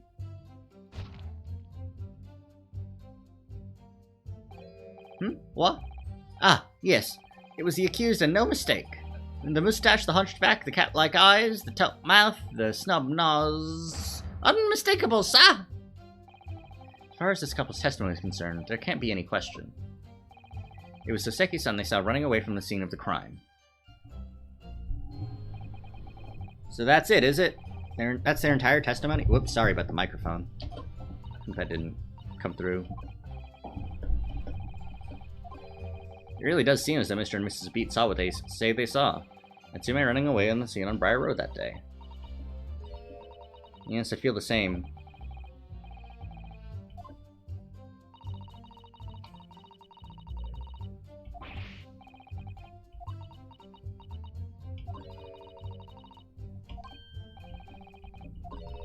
I think he would try to find a contradiction somewhere else within their testimony. Mr. Bateman seeing Mr. Natsume is unequivocal, calling that into question won't help. But if you could identify some other part of their testimony which appears to contradict the facts, you might be able to discredit them, and to make the jury doubt if the pair's memory of the day is accurate.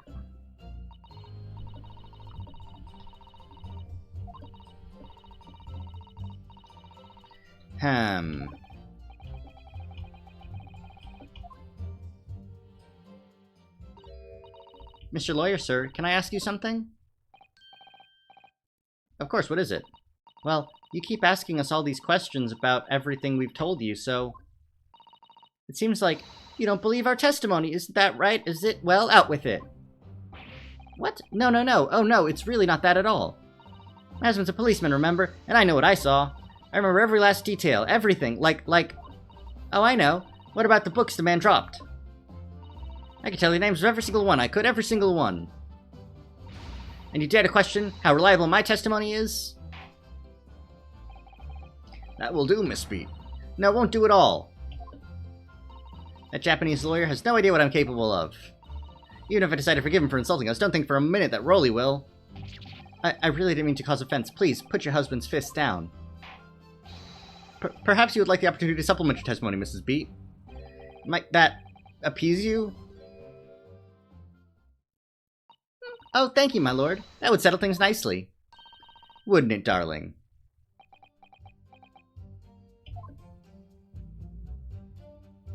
Cool, I got the extra testimony.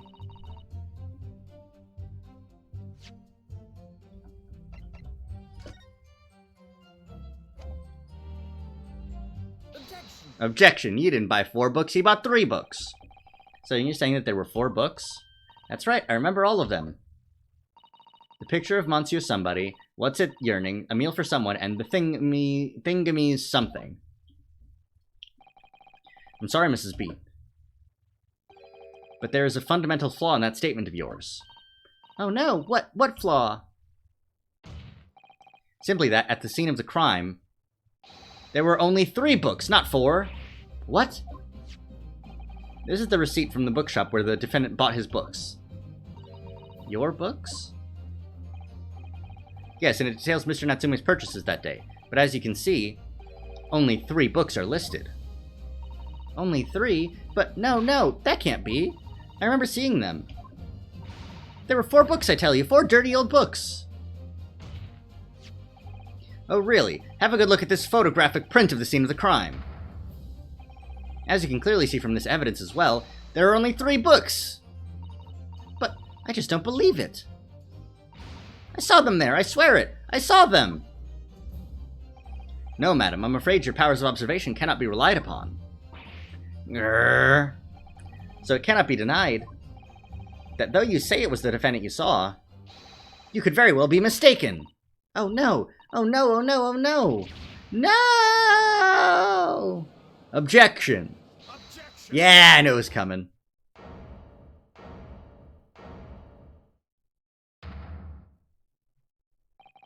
It's plainly evident that it is your powers of deduction that cannot be relied upon, my learned Nipponese friend. What? What cannot be denied is that these two witnesses saw the accused running from the scene. A fact that you know very well you have no hope of disproving. Oh, hello. Thank you, Lunar. Ah. So you've striven to avert attention from that by dint of some inconsequential discrepancies. Would that be fair? Ugh, he sees right through me. But your plan has somewhat recoiled against you. What are you talking about? It's quite simple. Let me explain with a toast. To the policeman's wife and her entirely accurate testimony in every respect. Oh. You see, the matter is not up for debate. At the scene on Briar Road, a total of 4 books were most definitely found. But what about the photographic print? It only shows 3 books. Quite right. Only 3 can be seen in that print. That print? You mean to say... Allow me to present another. One that shows the victim's hand. No, The Lion's Pride, the book from the... It's the 4th book. As you will observe, the 4th book was hidden from view in the original print by the victim's torso. No, this is great for you, Rinosuke.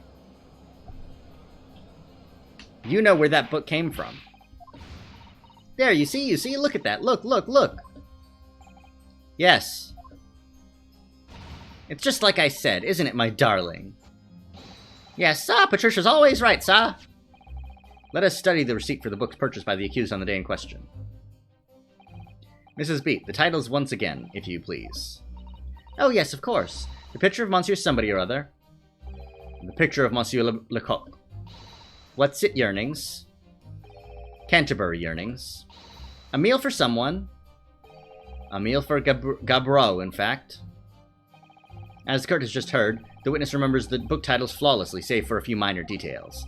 Mrs. Beat's powers of recollection can only be described as exceptional. Did you hear that, Rolly? The gentleman paid me a compliment. Yes, sir! Flawless, sir! Patricia is flawless! But there are only 3 books on the receipt, and Mrs. Beat mentioned 4. There's nothing surprising about that. Clearly, the 4th book is that which is shown in this photographic print. I'm sorry, counsel, but does that not seem odd? Why should the 4th book be omitted from the receipt? It's not odd at all, my lord. As the photograph clearly shows, the 4th book was found in the victim's clutches. In other words, it belongs to the victim. The victim was holding her own book? I wonder, what became of that 4th book? Obviously, it wasn't overlooked by the investigating officers at Scotland Yard. I have it here, as evidence. Ah, you will submit that and the aforementioned photographic print to the court, please, counsel. My pleasure, my lord.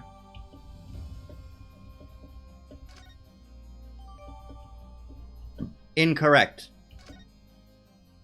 This piece of evidence does not... it contradicts with the other piece of evidence provided. Oh, you rest? I don't rest. Oh no, it was the back of the book? You're right. You'd never be able to read it in this state, especially not the latter pages. What a terrible waste. Judging from the scorched edges of the paper, I think the damage must have occurred very recently. A book recently damaged by fire. Why does that seem to raise a red flag with me? Thank you. There's nothing else in the photo? Okay. I have nothing further to add. What? You seem surprised, my learned friend. But your resistance until now has been in vain. Entertaining, yes, but futile. The spurious, longer route to the accused lodgings that you tried to establish in your summation examination, and the attempted discrediting of the witness's powers of recollection in your cross-examination. Futile? I walked right into this, didn't I? You see, everything we've said is true. Isn't that right, my darling? Yes, Pat! Marry me, Pat! So perhaps the ladies and gentlemen of the jury would like to reconsider their positions? Should the court waste any more time on this Nipponese travesty? Or is the decision you have to make all too apparent already?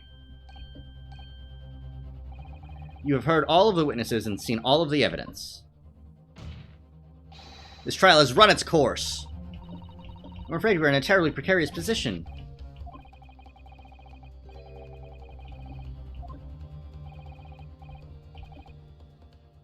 Raise an objection. Objection. I'm not done yet. No, my learned friend. It's over. That last cross-examination was your final chance to establish a credible defense, and you failed.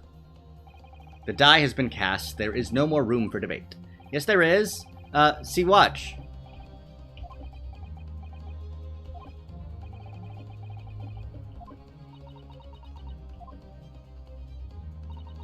If I may, Lord Van Zieks, it seems somewhat boorish to close down the debate at this point. Humph. Your insignificant little Eastern Isle must be a lawless hole indeed, for a lowly judicial assistant to have the audacity to intervene in a moment like this. Oh. I am, to my shame, still a very inexperienced lawyer. So you will have to forgive me, but I consider my assistant's advice essential and her opinions invaluable. One of this land's great guiding principles is tolerance, so the court will hear you, madam.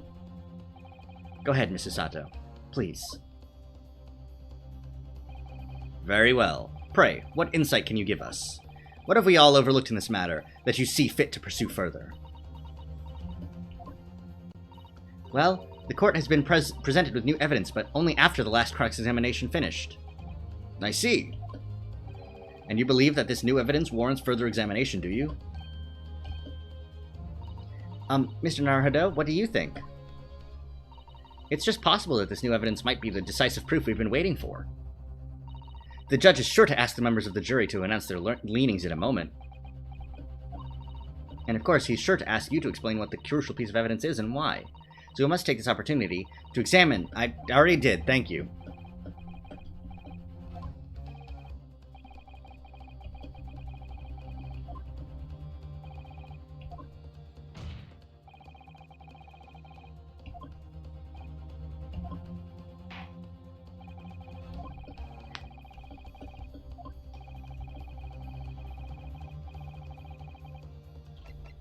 The book and the fact that it was burned. Take that! The evidence in question is what we can see from the newly presented photographic print of the crime scene. The fourth book found in the victim's hand. Objection. We have already discussed the fourth book at length. Other than it being in the victim's grasp at the time of the incident, no significance has been attached to it. No.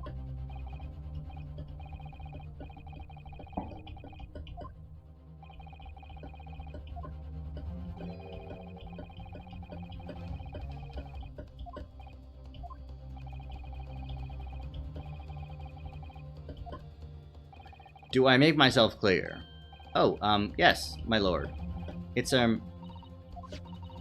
believe the prosecution is trying to avoid a thorough examination of the evidence, which means you may very well be on the right track. I already examined it and I found it.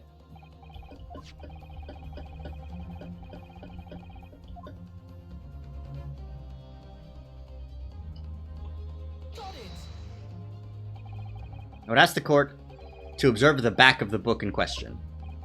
The back? What do you... Good gracious! It's been burnt to a crisp! So we have to ask ourselves, why was the victim clutching what is clearly an unreadable book? It is undeniably an extremely unnatural thing for her to have been doing. Objection! Unnatural, you say? And what of it, my Nipponese friend? Were I to concede the point, if it bears no relation to the case, there is nothing to discuss.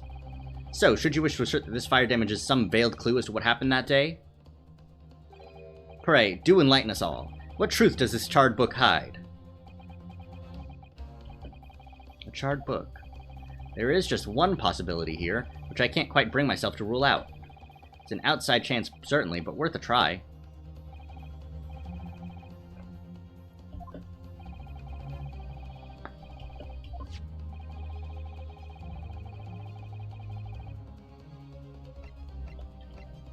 Its owner.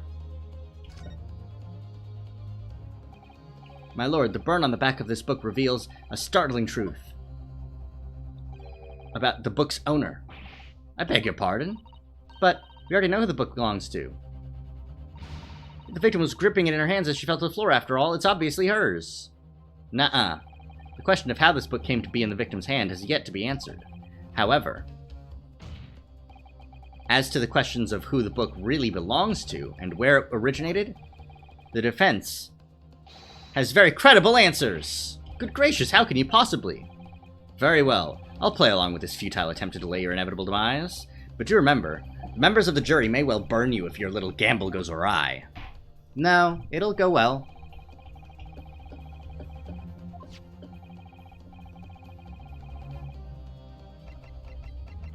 John Garadeb.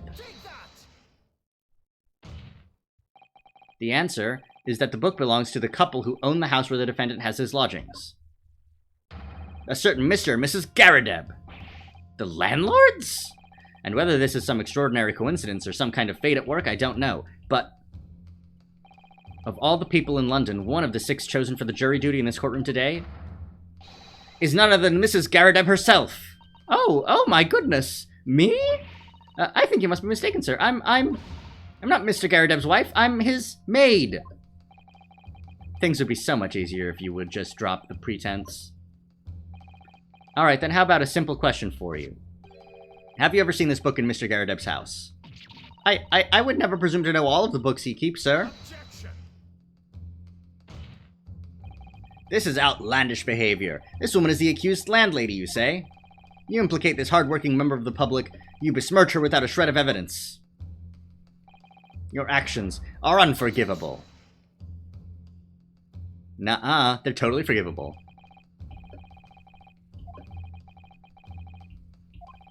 At almost exactly the same time as the victim was stabbed on the pavement below, another incident was taking place in the room on the top floor of Mr. and Mrs. Garadeb's house. Good lord! What sort of incident, counsel? A fire, my lord. Afraid to say it was. Happened in the blink of an eye, you know.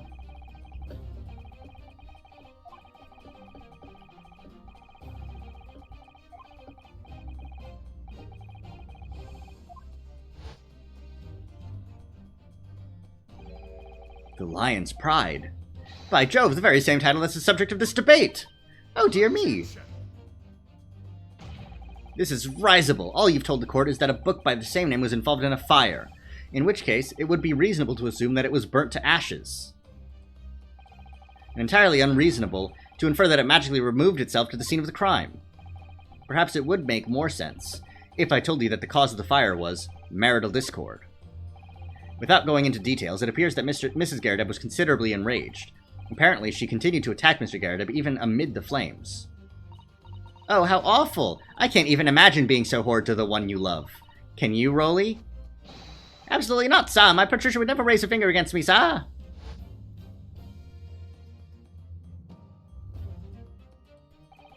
Had all my favorite old novels in that case, but as soon as the fire got hold of them, that was it. Whoosh, up in smoke. Then the wife started hurling things at me.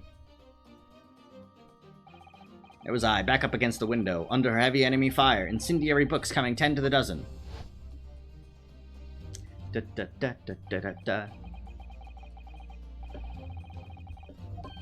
Goodness gracious, are you suggesting that the book was thrown through a window and landed coincidentally at the scene of the crime? Objection. No, a thorough investigation of the surrounding area was conducted the very evening of the incident, and there is no report of the Garadeb's window pane being broken. That's quite true. We also saw no sign of broken glass when we visited the Garadeb household. But is it not conceivable that the window was open at the time and... Not even remotely! Let us not forget the season and the chilling weather that accompanies it. No Londoner would ever leave a window open in the middle of winter. Does the defense postulate this scenario in all seriousness, counsel? Do you earnestly claim that the book found at the scene was a flaming projectile thrown by Mr. Garadeb's wife? Yeah. Objection! That's quite enough.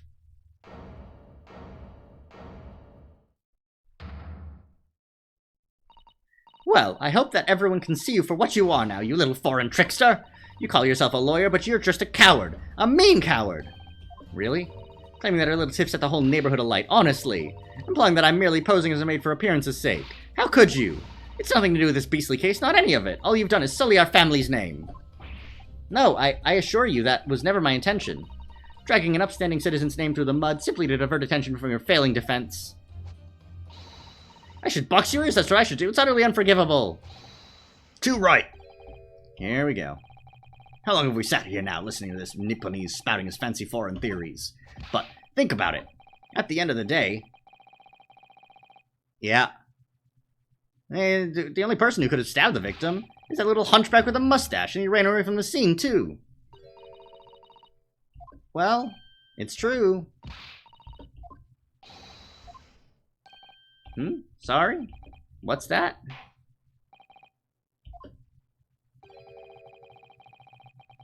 Oh, come on, guys.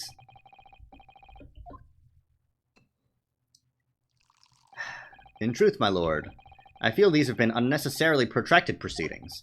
But then, one must always exercise patience in order to savor the best vintage. No, wait! The mystery of the fourth book still hasn't been... Feet! If books are your predilection, my learned friend, study them on your own time.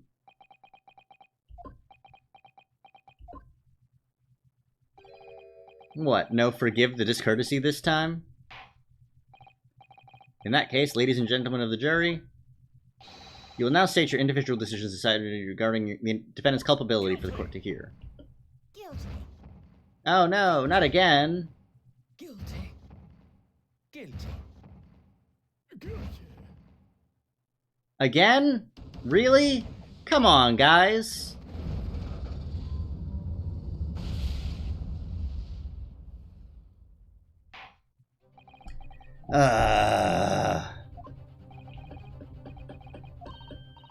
Don't give up. Mrs. Sato, have you forgotten? Battle isn't over yet. You're not suggesting. Of course, the defense has the right to another summation examination at this point.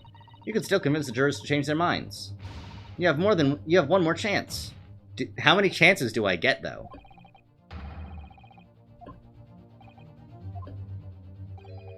I believe you still have tricks up your sleeve? I don't intend to trick anybody. I intend to uncover the truth. There's no time to be downcast. As long as there's a chance, I have to stay strong and determined. As long as there is a chance, I just don't know how many chances you're gonna get. Oh, I gotta do it again? To be continued? Okay. We're gonna just, to be continuing it right now. But we will save. We'll take the opportunity.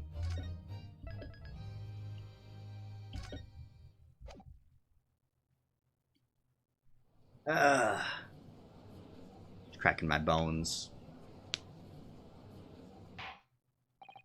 I have considered the defense counsel's request for a further summation examination of the jury, and I have determined that the court must uphold the defense's judicial right to this procedure.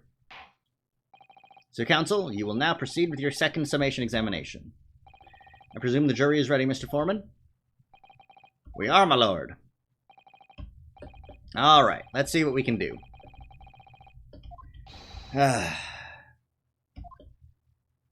What are your issues? And how do I fix them?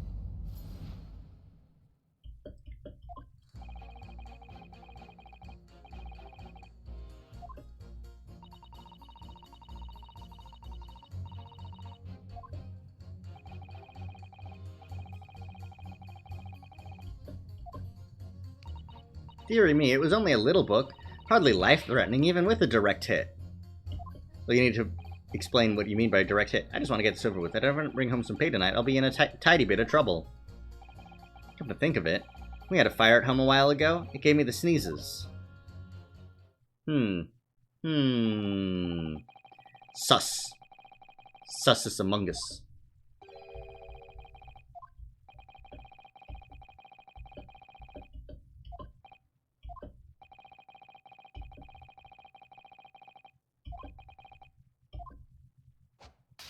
Whoosh.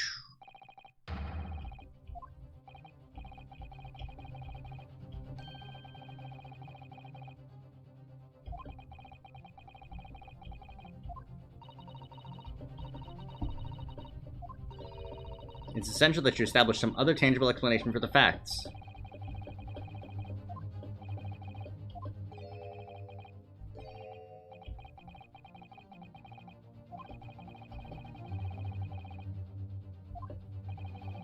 And there, I was thinking this might be hard.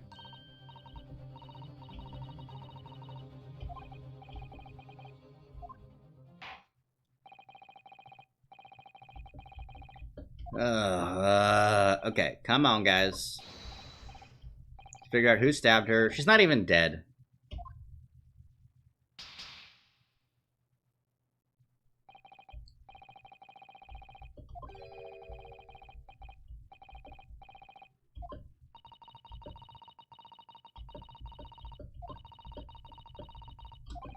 What do you mean a direct hit?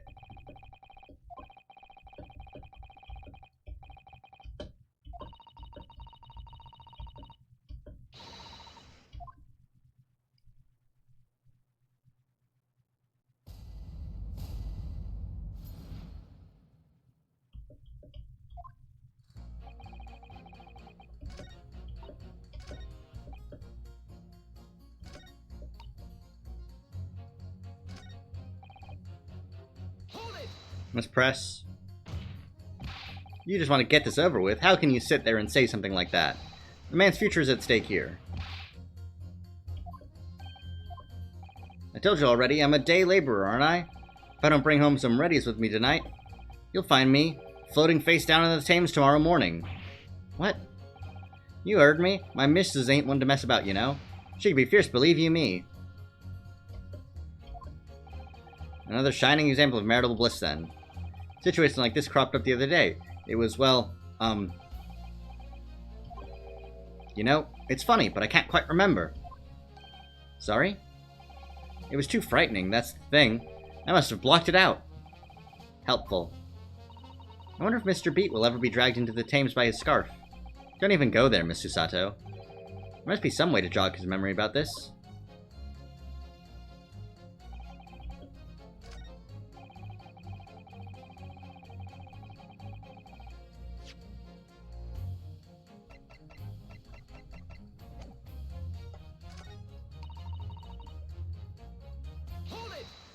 A direct hit? What do you mean? With flames of love, I'll have you know. There's really no such thing as a loving incendiary bomb. Well, he brought it upon himself. He's playing with fire to betray a fiery love. Isn't it? Well, don't you agree? Oh, well, any kind of betrayal is certainly a bad thing, yes. But I think the argument might have arisen out of your misunderstanding, Mrs. Garadeb. Never you mind that. The point is, we were just having a jovial little dispute, nothing more. And I won't have any more of these suggestions that it was anything whatsoever to do with this crime. Well, we'll see. We'll see. He doesn't seem to be turning a hair at Mrs. Garadeb's relentless onslaughts. It's almost as though he's used to it. What a gentle soul he is.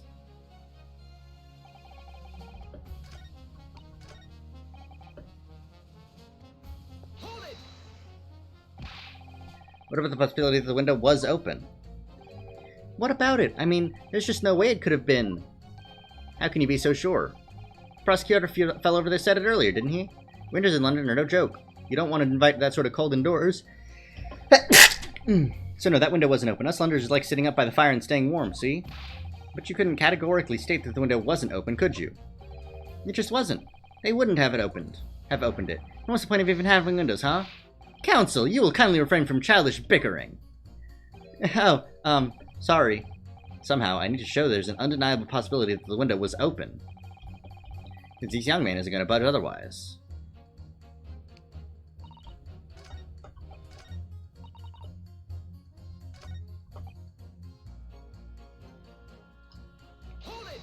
He left those books of his.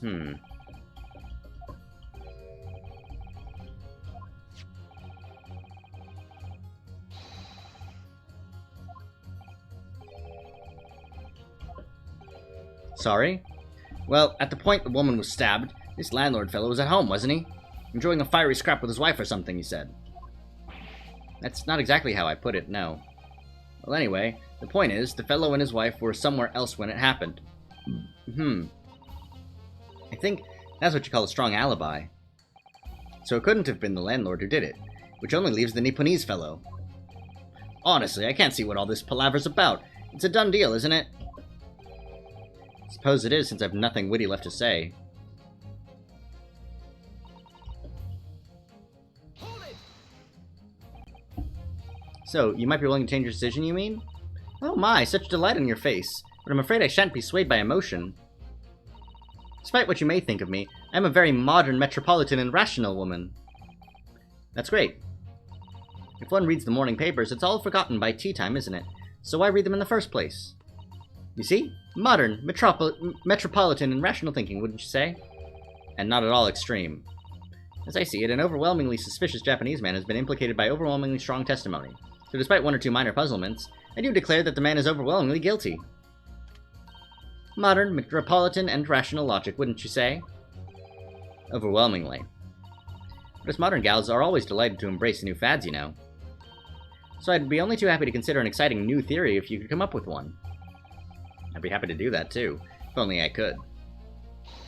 Let's do our very best to not disappoint the modern and metropolitan young lady. Ah, right. I'm glad you omitted rational there.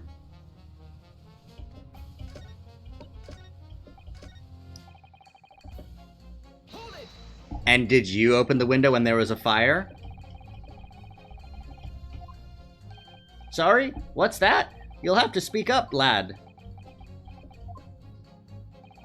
Could you tell us more about that fire?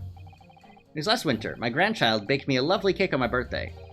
It had 75 candles on the top, it did. What a sight to behold it was. You put candles on a cake? Was it some kind of devil worship? Of course not! It was an angel cake, to celebrate my birthday, obviously. It seems that's a common custom here in Great Britain, Mr. Naruhodo. Anyway, I mustered all my puff to blow them out. Only I must have blown wrong somehow. The flames didn't go out, but candles went flying all over the room. The furniture caught and everything went up. The whole place filled with smoke. It definitely sounds like devil worship to me.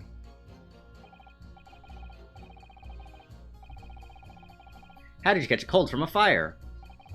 What a fiasco it was. The grandchildren, bless them, threw water over me as they tried to put out the flames. And then, because the whole room had filled up with smoke, of course, we had to open all the windows to clear it. The windows. The biting winter air rushed over me like the devil dancing on my grave, it did. I caught a terrible cold from it. It put me in hospital for a while. I won't forget that birthday in a hurry. I knew it was devil worship all along. But something about this old man's story is playing on my mind for some reason. Could you add it to the testimony?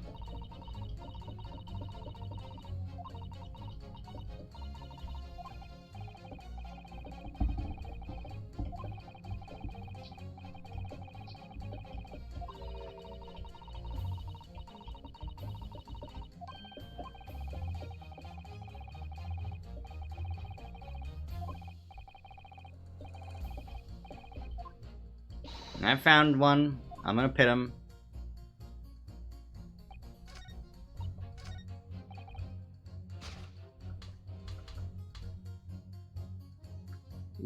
Oh, cool, he did change his testimony. Winter house fires are dire. You have to open the windows to clear the smoke. Objection! These two jurors' statements clearly contradict one another. They do? How exactly, counsel? Don't point at me again. I told you it wasn't me. What's that you say? Speak up, lad. Speak up. Juror number 3, DC. Oh, me? See what, sir? Did you hear juror number 6's account of his birthday celebrations last year? It seems, despite being a Londoner, he once opened his windows in the middle of winter. Well, yes, of course, because it was an emergency. I mean, obviously, if the room was filled with smoke from a fire, then you'd be mad not to open the... Oh! Exactly. On the day in question, at the time of the incident, there was a fire in the Garadeb household, and Mr. Garadeb had the following to say about it. The whole place filled with smoke. Oh, my hat! Excuse me! What do you have to say to that? Juror number 4, do you have something to say about that? Mrs. Garadeb! Oh, dearie me! What is the meaning of this? How dare you imply that I'm hiding who I really am? It's imperative that you confirm something for the court. So please, it's time to drop the pretense now. What is it? When the fire started in your house that day, did you or your husband open the window? What? I beg your pardon? What are you insinuating? The room would have been thick with smoke after the carpet and bookcase caught fire as they did. In a situation like that, it's inconceivable that you wouldn't have opened the window. Ah, I see. Objection! You're banned. And what if we did? Oh, alright then. Yes, you're right. My husband was frantically trying to open the window, which can't have been easy since I continued to give him a justly deserved book battering, even though your house was on fire. Oh, you never stop throwing until the anger subsides. It would be terribly bad for the nerves to do otherwise. Of course, I should have realized. We've managed to establish that the window was open. We simply must have that added to Mrs. Garrett's formal statement.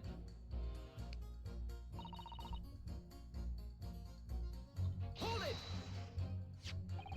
The fourth book found at the scene of the crime shows the very obvious signs of fire damage. And the title of the book is The Lion's Pride. The same title, in fact, as the book that Mr. Garredev told us he had been reading. Well, I really couldn't say. On the day in question, did you or did you not throw at your husband the copy of The Lion's Pride that he had been reading? I did. It was the first thing I could lay my hands on, so I hurled it straight at him. And now you come to mention it, yes. He was rather enjoying reading it, you're right. Why did you not reveal this information to the court from the outset? Because I couldn't, you insolent little man. I didn't remember. At times like that, you pick up and throw whatever you can lay your hands on, as you well know. I really don't. Oh boy. Excuse me. What is it, juror number 5? You know something. I've remembered what it was. That memory I'd blocked out. Ah. It was listening to what this granny was saying. Brought it all flooding back. What are you calling a granny, you cheeky devil? I'm Mrs. Garredev or the maid, I'll have you know. The man doesn't even flinch. Please tell me that's not because he's so used to being hit all the time. It was about 2 weeks ago now. I just got back home after work, I put my hand in my pocket for the wages I just earned that day, and I nearly died. There was a hole! Every last penny had dropped out. Oh dear, what a disaster. You haven't heard the half of it, boy. Wife was cutting up some chicken at the time. I could hardly get the words out, but I told her straight. I've lost the day's wages, love. Next thing I knew, the blade was whistling past my ear. Stuck into the wall next to me, it did. About an inch deep. No words, just terror. I could smell it then, you know, that god-awful stench of the Thames. I was sure I was going to end up face down in the muddy banks that night, I could tell you. Now, that's a real disaster, isn't it? I'll never use the word lightly again. Anyway, the point I'm trying to make is this. When women lose the rag, they'll throw anything at you. Knives, hatchets, hammers, you name it. No, I wasn't thinking that. Throwing household objects at people is, well, it's so uncivilized. At least attack with honor. Use a bow or the like. Attack? Who are you going to attack? Never mind. Anyway.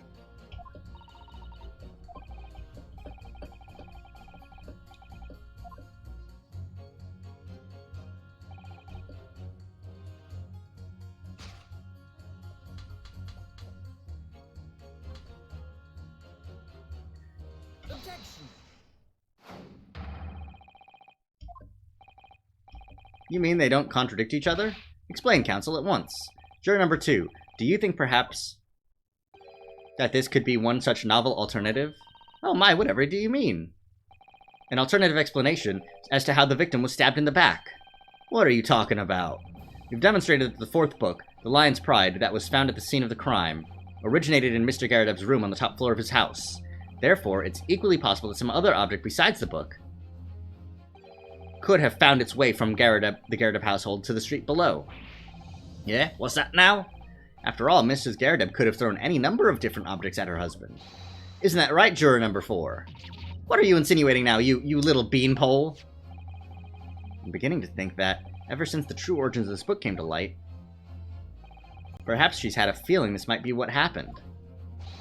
Now you listen here, you Eastern Gala. As the foreman of this jury, I demand a straight answer. You give us this yarn about some other object making its way out of the house. But what? What is it? The knife! She accidentally threw a knife and hit a lady and made her pass out.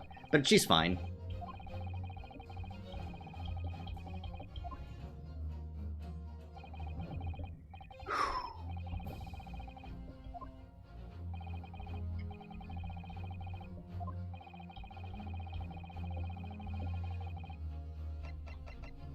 Take that!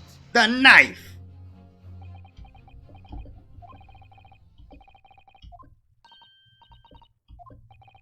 I must apologize in advance for this. But I need you to confirm something else for the court. This knife.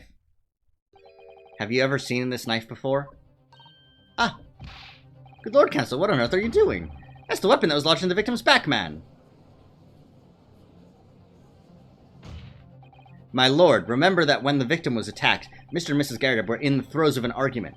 Mrs. Garrett was hurtling anything she could throw at her husband, who had been backed up against a window that had been opened to clear the smoke, and through which a book sailed to land at the crime scene. You can't seriously believe that. The book was found in the victim's grasp.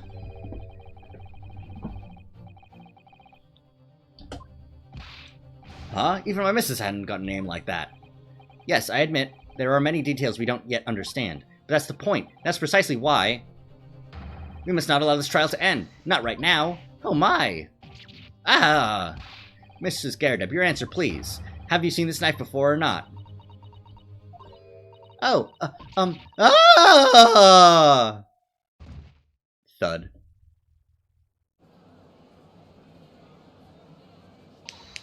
My lord!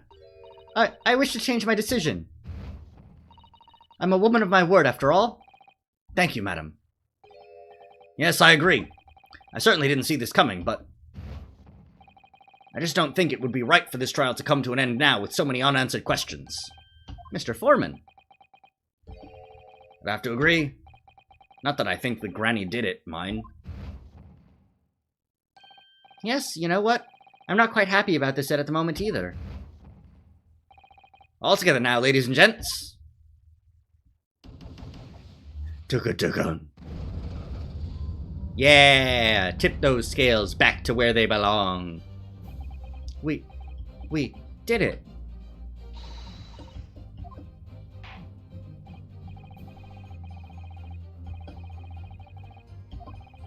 Two jurors called guilty against four now calling innocent. Accordingly, the opinion of this court is divided. And this trial will continue. Alrighty. Next up. Not guilty verdict. I hope. I don't have to do another jury summation examination. That's dumb.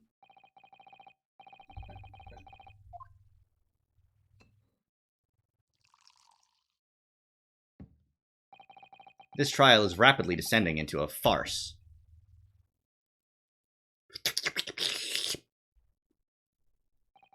Like a corked wine, the first few sips are bitter enough. But what follows is so repugnant it's good for nothing save the gutter. If I may, Lord Van Zieks, the defense has just put forward a credible alternative explanation for what happened. Credible? Is that your considered opinion, Mr. Foreman? The defense's argument is a joke to which I barely know how to respond, but let me start by insisting that you must all familiarize yourselves better with the relative positions of those places being discussed. What do you mean by that? What's his angle this time? It should already be more than apparent that between the crime scene and the Garrett household runs a rather wide street, Briar Road.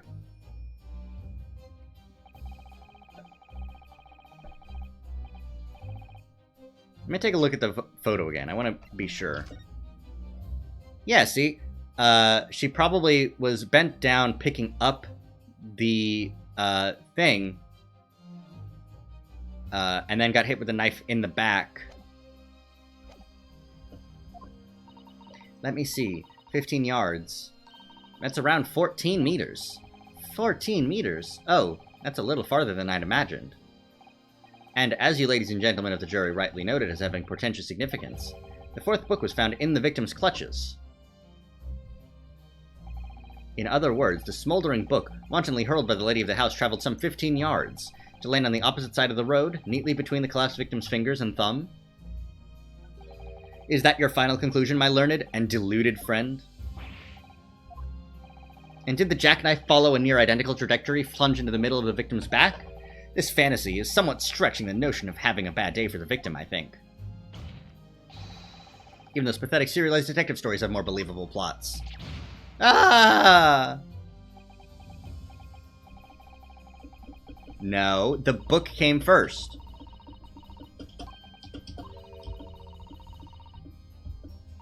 I'll kill him! My lord, might I be allowed to speak? As judicial assistant, you may speak for the defense, yes. Go ahead. The prosecution may consider the idea fantasy, but what the defense has postulated was believable enough to persuade the jury to change its leaning. And as such, the court has a duty to explore this alternative explanation as thoroughly as possible. To that end, juror number 4, Mrs. Joan Garadeb, must be called to testify and submit to cross-examination. Saints alive! Cross-examination of a juror?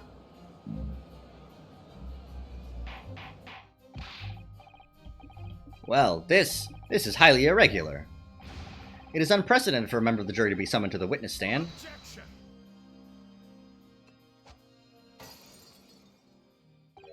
And unnecessary.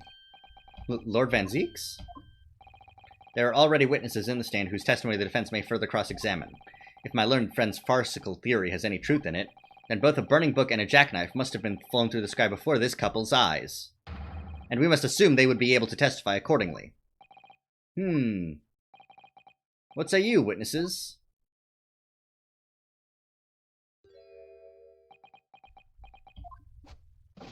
Yes, sir! Constable Rowley Beat reporting for duty, sir!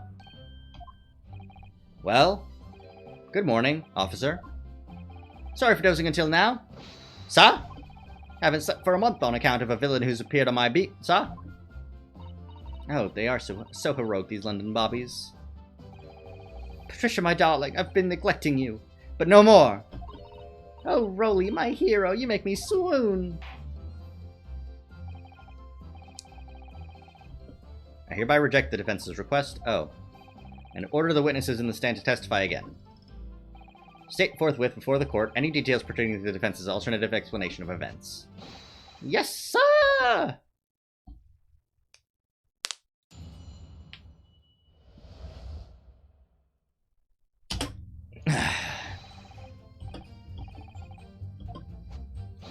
You see, sir, the windows on the top floor of the Garadeb house are top-hinged casements. Obviously, if anything had been thrown out of the window, we would have seen it. I did leave the scene to go and fetch help, but my trusty Rowley was there to make sure nothing was disturbed. I didn't take my eye off the crime scene for one moment, sir. Nothing strange to report on that front, sir. No, you fell asleep, clearly. That detail was not in the police report, Constable. Ah, yes, sorry about that. I must have been a little drowsy. Ahem. You cannot excuse your sins with drowsiness every time, Constable. No, sir!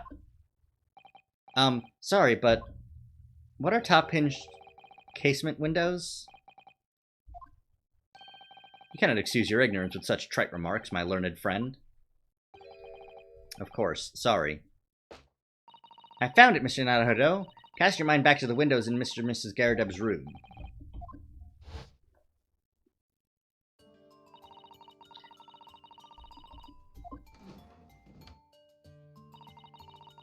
Oh.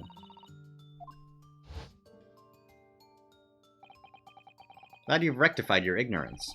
A casement window's most prominent feature is its stay, a metal bar which prevents the window from being opened beyond a certain amount. It prevents it opening? This is all news to me. Absolutely correct, sir. In other words, if a book or knife were to have been thrown out through the open window,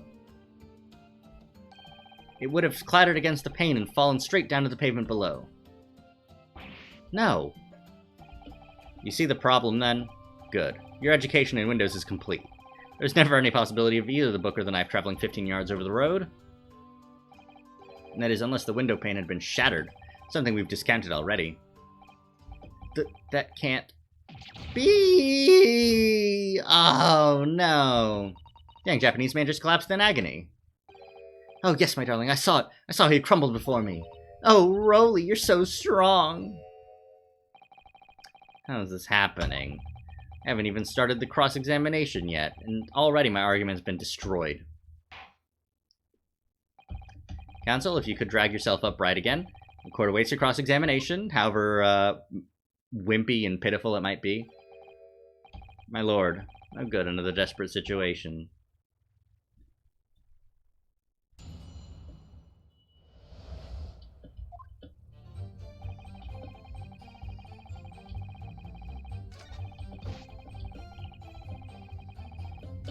Okay.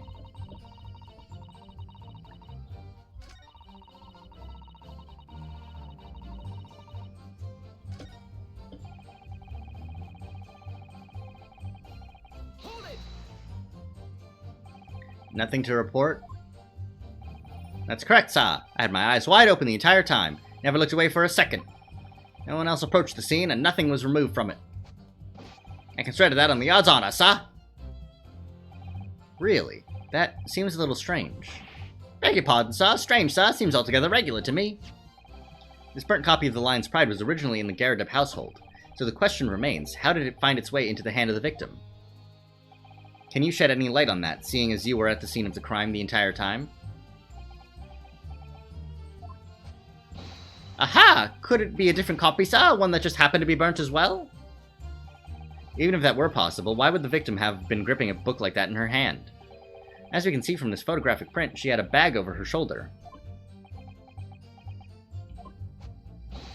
Well, sir, that book was in the lady's hand from the moment we arrived at the scene. Is that so? There's something about this statement that's not sitting right with me. The two mysteries of how that knife ended up in her back, and how that book ended up in her hand. There must be some common thread between them.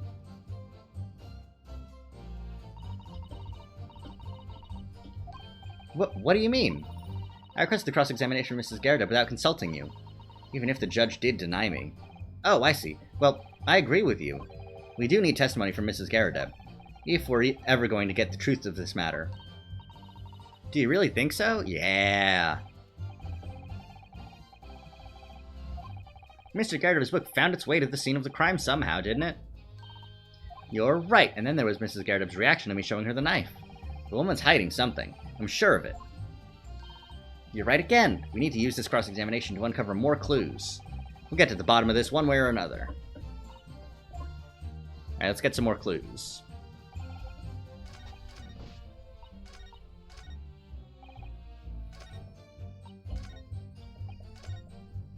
Hold it!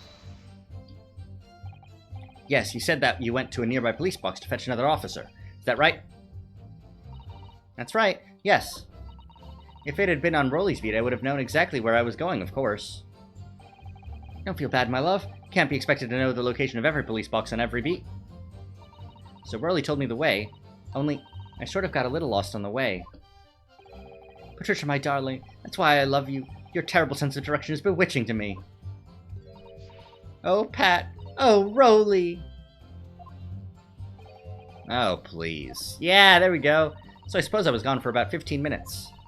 But like I said, my Rolly was at the scene the whole time, making sure nothing was disturbed. I was off duty at the time, of course, but a true Bobby is never really off duty. Sa! Yeah. Whoops.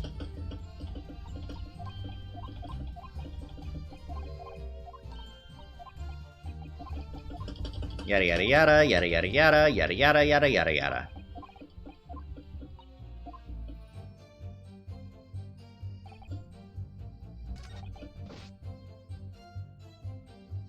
Hold it!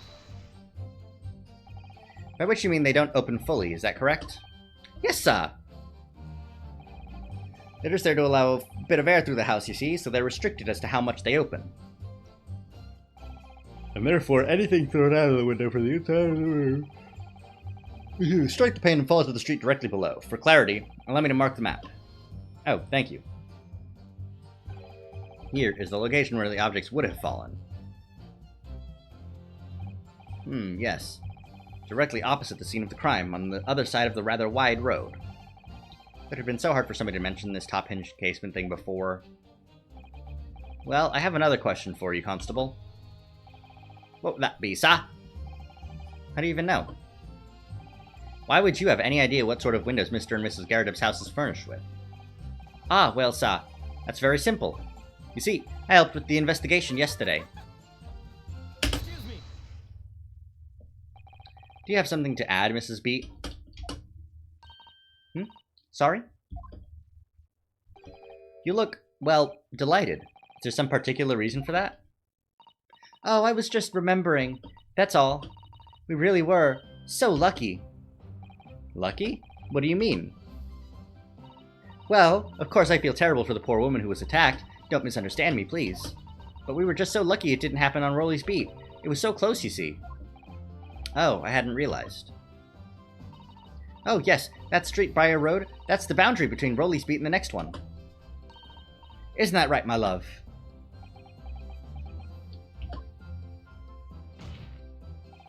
Constable Beat. Oh, yes, that's right.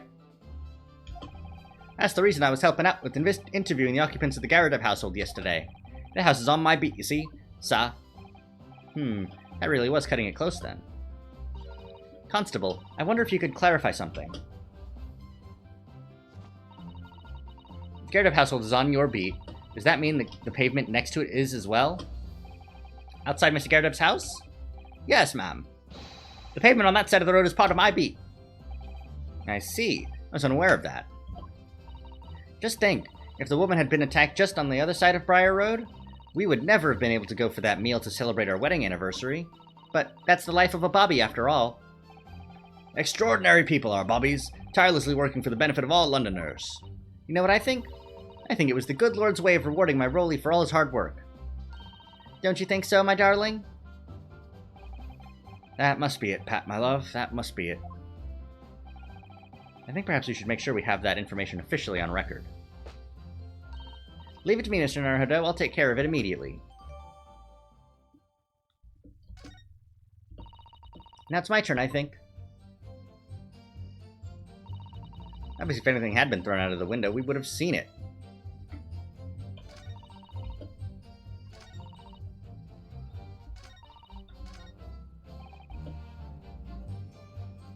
I think I report the case file here. Let's see. But it's kind of a little bit, sus. So I'm saving. Objection. Nope. Nope, nope, nope. That never happened. Alright, I guess we'll keep on pressing, because nothing immediately seems... Hold it. But according to my notes here, the sun had gone down already and it was dark. Oh, but Rolly and I were strolling along, gazing at the night sky and looking for our lucky star. Sorry? The star that will guide us to eternal happiness. Can it guide you to answer the question? If a flaming book had cut across the sky in front of us, it would have lit up like a shooting star. And if I'd seen a shooting star, I would have made a wish upon it. Let Rolly be an inspector, I would have said. 3 times at least. Of course, what's the smoke and the smog and everything, we couldn't actually see any stars. In short, are you trying to say that neither a book nor a knife crossed the sky before you? Yes, sir, that's correct, sir. Sure as the night sky is London and starless, sir. Then we saw the poor woman fall to the ground. We ran straight over to help her. Have we done this before? Yes, we have.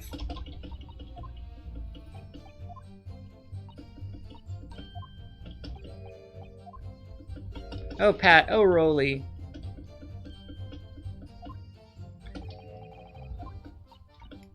All marriage is gay marriage.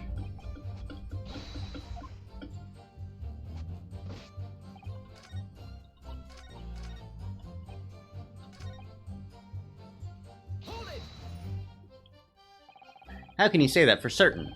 Very good question, sir. And the answer is this. It has the noble founding principles of the force written on it as a reminder to all his policemen of our sworn duty. He showed us that before, didn't he? Did he? I can't say I remember. To patrol the streets of London town and uphold the peace of the common man.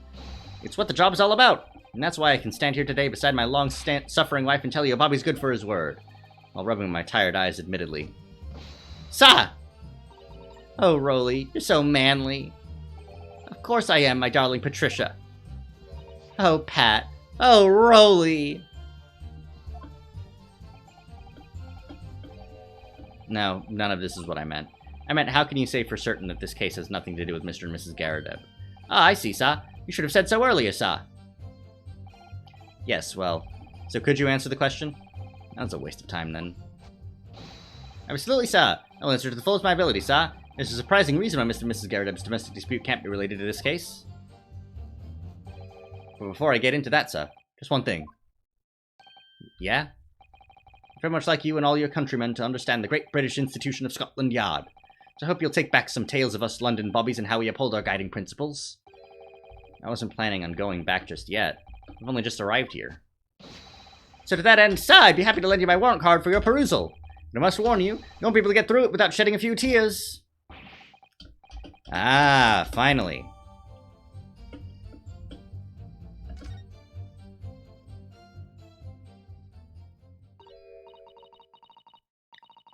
In just a second, I need to check the warrant card.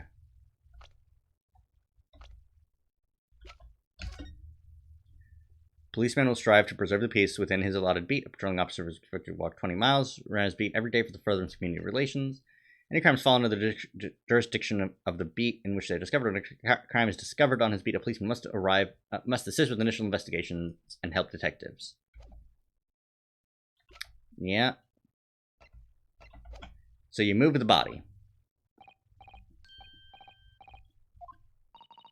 You're doubting us, aren't you?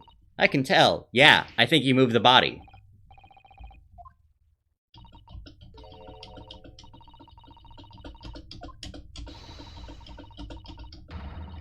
No, I see you as a strong, independent woman. You'll let me speak, won't you?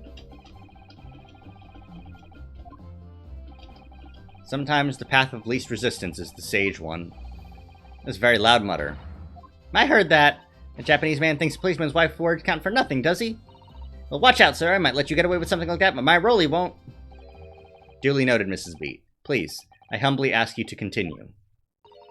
What could she possibly be about to say, I wonder? I know what I saw. My eyes never let me down. My sense of direction is a little off sometimes, though.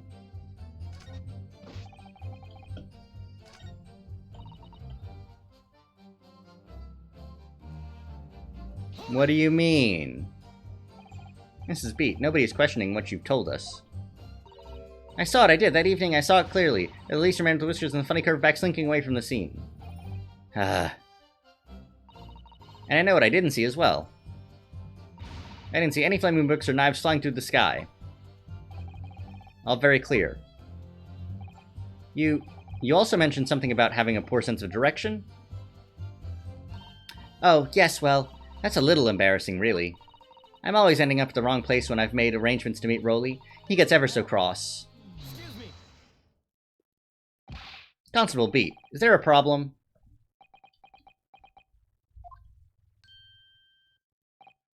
Eh? No, sir. No problem, sir. Did your wife's remark just now bring something to mind, perhaps? Oh, well, in a way, sir. Yes, sir. I was just remembering that the same thing happened that evening is all. You mean Mrs. Beat lost her way? On the night of the incident? Well, you see, I sent her off to find a police box in the next beat over from mine, but she was gone a fair bit longer than what I was expecting. I thought she'd be back inside 10 minutes, but my darling was gone a good 15. Oh, Roly, you're such a tease. But the reason I was so long is because of the bouquet, silly. The bouquet? Sorry, what bouquet are you talking about? Oh, it was a present for our wedding anniversary. Really so romantic. He saved up for it with the farthings and halfpennies he found while doing his rounds. Yes, how romantic. I'd forgotten all about it until just now. Had you, my darling? Ah! Oh, yes. But that was just between us. No talking about it to anyone else, darling. You have to promise... Really? Oh. What was that all about? Constable Beat looked very obviously troubled during that exchange. I'm afraid I can't offer any useful insight, Mr. Naruhodo. But I'm quite sure of one thing. We have to ask Mrs. Beat about the bouquet. Mrs. Beat, this bouquet you just mentioned. I'd like you to add details about it to your testimony, please. Oh, really? Yes, I'd love to. Hold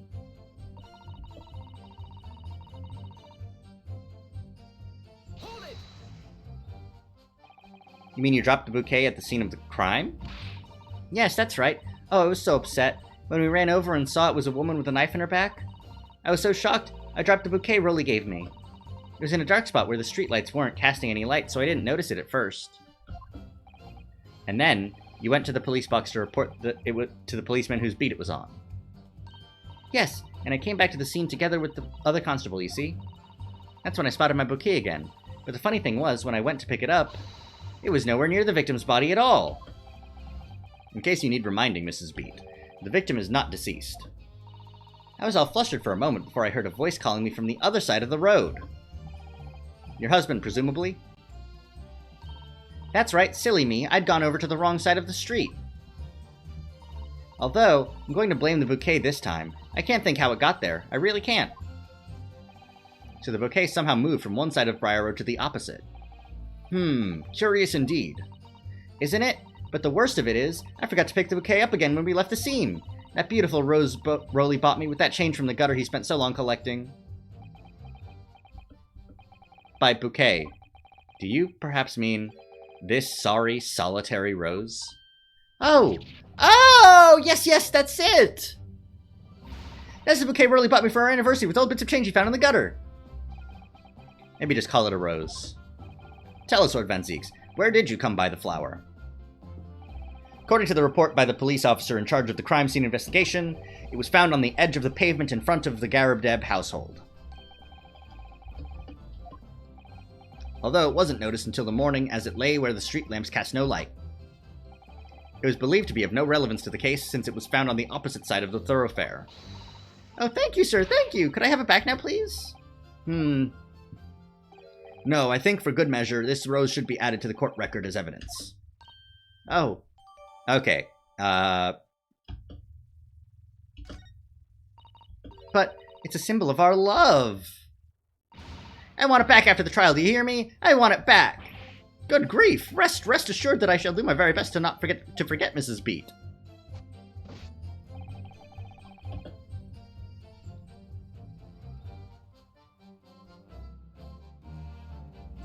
And yet, let's save again, and present the rose. If you saw nothing strange happen, then how did the rose move? And the answer is it didn't.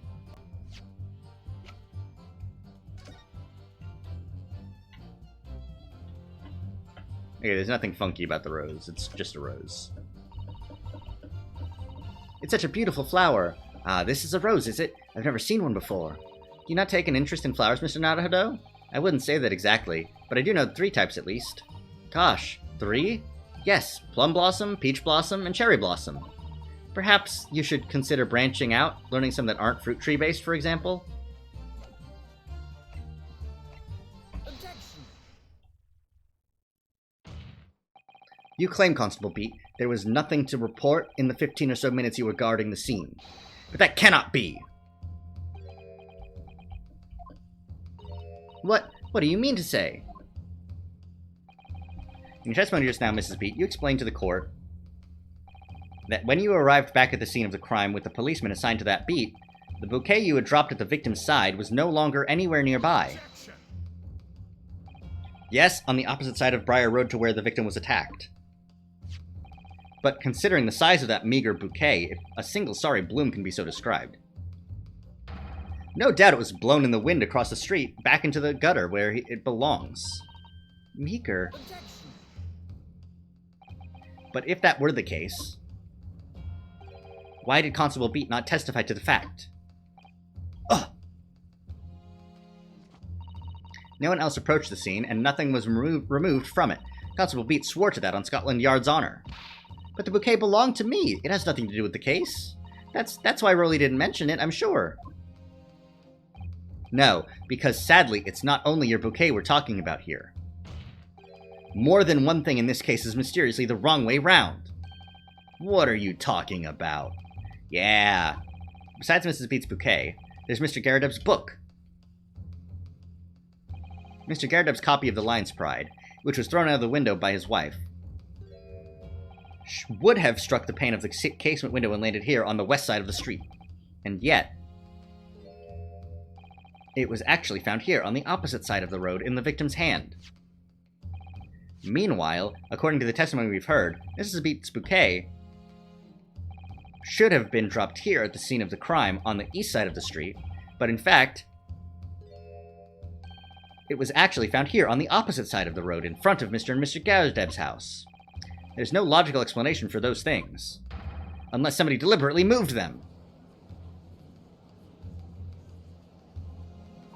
What are you trying to say? The way you're talking, it sounds like you think my Rolly's done something wrong. Don't listen to the word that scrawny lawyer says, wittering on about books and bouquets. Why should we care? It's nitpicking, that's what it is. Oh good, Mrs. Garrideb has come round. You might call it nitpicking, Mrs. Garrideb, but deliberately meddling with the scene of a crime is a criminal offense. It's called, tampering, Mr. Naruhodo. But the person responsible for this tampering cannot admit to it, for a very subtle but compelling reason. Tampering? You've barely heard the term before. Tell us, my learned friend. Who would have possibly had cause to carry out such an elaborate deception? It was Rolly. It was Rolly.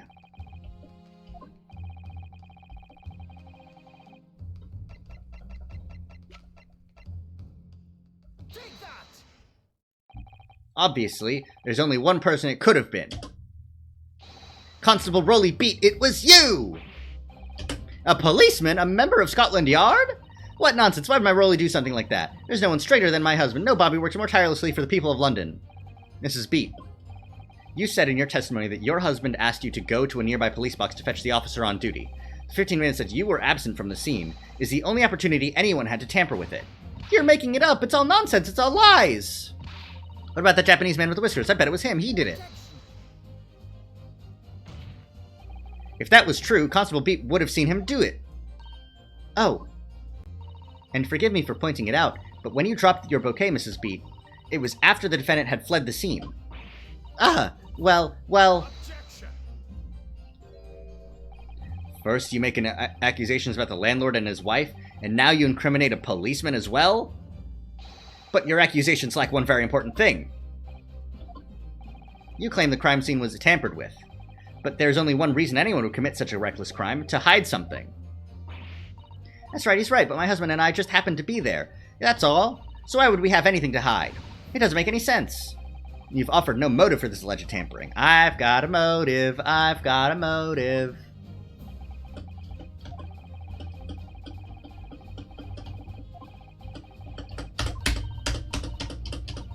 Have you managed to solve this mystery? Yep, I have.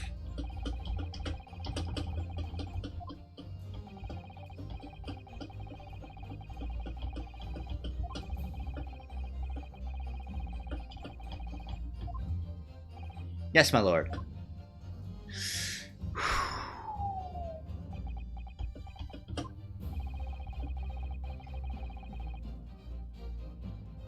Where the victim fell.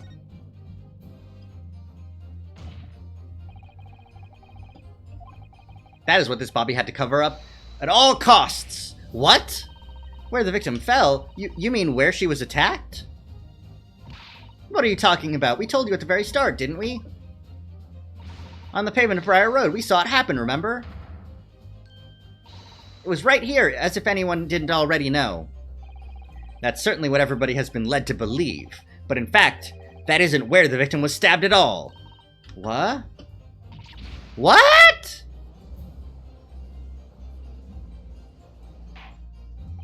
I'm beginning to wonder where this tumultuous trial will end, Counsel. If that's your assertion, then the court is dying to know, my Nipponese friend. Where are you proposing the crime actually took place that evening?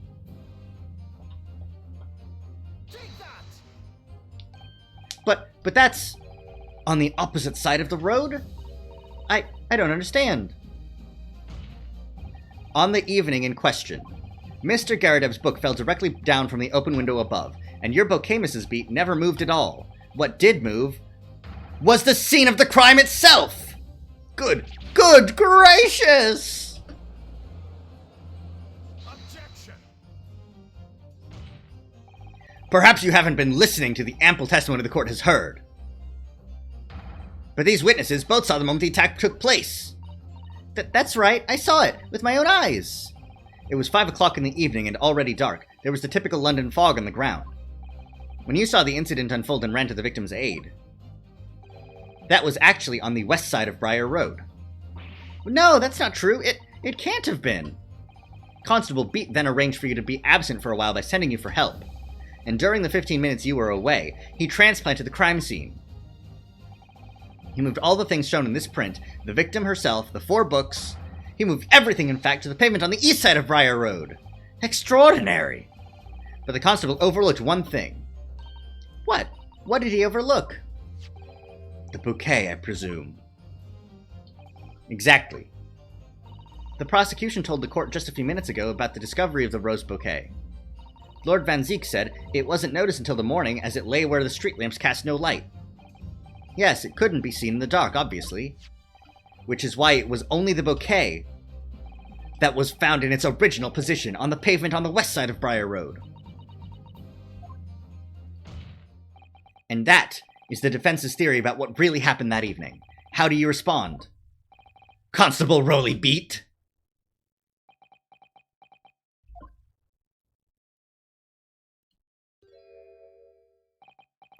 Well, I'm very sorry. I didn't mean to nod off again, but I haven't slept properly in a month. Did I miss anything important? Oh, Rowley, it isn't true, is it? What the lawyer said is all lies, isn't it? I know it is, because you're the most upstanding, righteous man I know. I had a dream, a terrible dream. All the things I did that night. Everything come out. Everything exposed. Only, it seems it wasn't a dream at all. Good golly! Order! What on earth is the meaning of all this? Why would you do something like this? Moving a corpse is a criminal offense, isn't it? Wishing the victim dead should be one too. Constable, explain yourself. Why would you do this? As a respected member of Scotland Yard, your duty is to protect the good people of London Town. I can't say, sir. What? I really am ever so sorry about all this. For damaging the Yard's reputation. For everything. I have a possible explanation. Ugh. For why, on that particular evening, Constable Beat felt compelled to move the scene of the crime. I can think of one reason. What? How could you possibly know? You, a foreigner, presuming to understand the mind of a Scotland Yard policeman? And yet, Lord Van Zeeks, it is this foreigner who has uncovered the startling truth of the matter thus far. I believe it would be beneficial to the court to hear this extraordinary young lawyer's theory. Counsel for the defense, if you please. Now then, I think you had better show us some evidence. Yep, I also agree.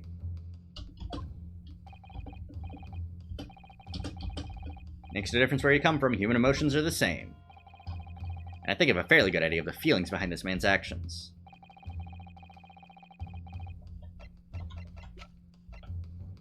Take that! I realize that I'm a foreigner in this land, and I have only just arrived from Japan, which is why all this information about London's so-called bobbies is completely new to me. I've learnt that through honorable patrolling the beat is the most demanding work in the world, for example. Keeping the peace, looking after the citizens on his beat, in all kinds of ways. There's no doubt about that the young bobby is charged with a great deal to do each day, certainly. But for Constable Beat, the day in question was special. Special? How? On account of this bouquet, my lord. Oh yes, it was our very first wedding anniversary. Ugh. Constable Beat had worked so hard to be able to afford this simple gift for his wife, and was so looking forward to taking her out for a celebratory meal, when he and Mrs. Beat stumbled upon a crime along Briar Road. When he saw that shadowy figure through the fog collapse on the pavement ahead of them, what must have gone through the man's mind? But sir, just on that one particular day, I was looking forward to celebrating my wedding anniversary. Mrs. Beat puts up with a lot being married to a bobby like me. I wanted to show my dear wife how much I care.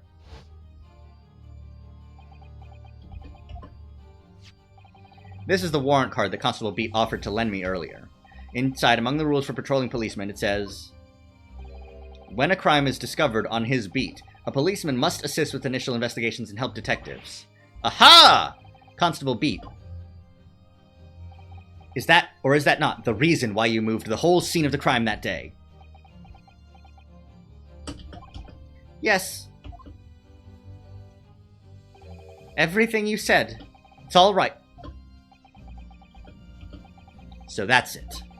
It was all to do with the boundary of your beat. Oh! Exactly.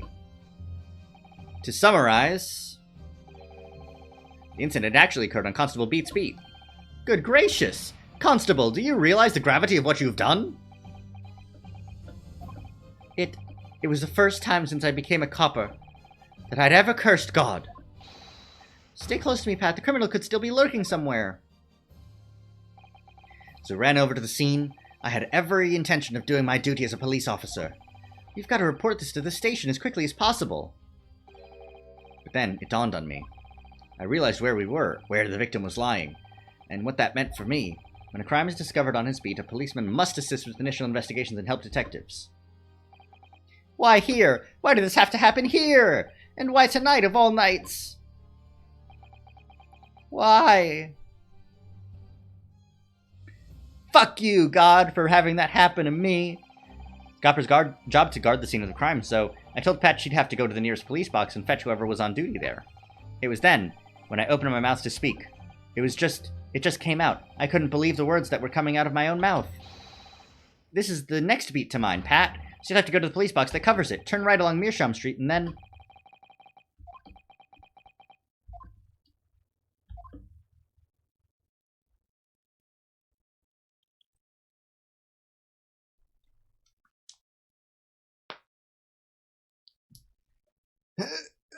we figured it out. We figured it out.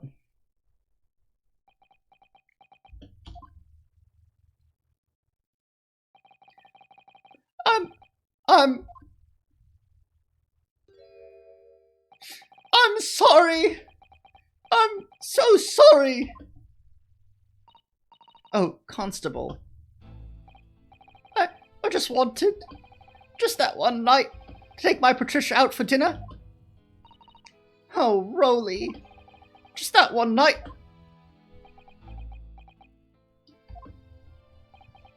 You knew that if the incident was on your beat, your evening of celebration would be ruined. And so you decided to move the entire crime scene outside your jurisdiction. Just across the street, to the east pavement of Briar Road, which falls under the neighboring beat's care. You see, I thought... Well, I was sure the victim was dead, you see. I beg your pardon? Oh, of course he did. Otherwise, my Rolly would never have left the poor woman on the freezing cold pavement. Ah, I see your meaning now. God got me back for my sins, didn't he? That's why I missed the rose I bought for Pat. Oh no, Rolly, that was all my fault. I should never have dropped it in such a dark place. I'm so sorry, Rolly.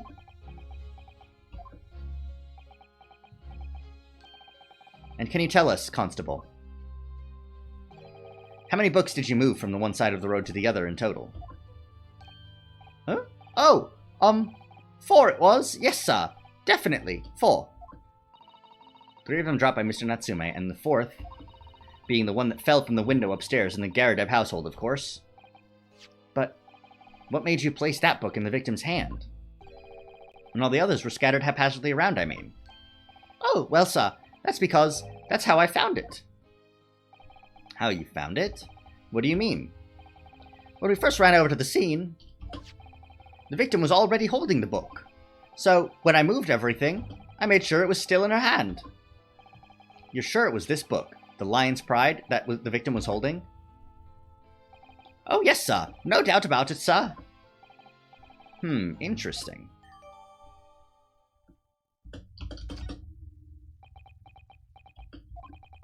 I thought it was an open and shut case at the time, you see. There were only the two people at the scene, and Pat and me both saw it happen. However, which way you look at it, it had to be the fellow who ran off who'd done it, I thought. Couldn't see the harm, really.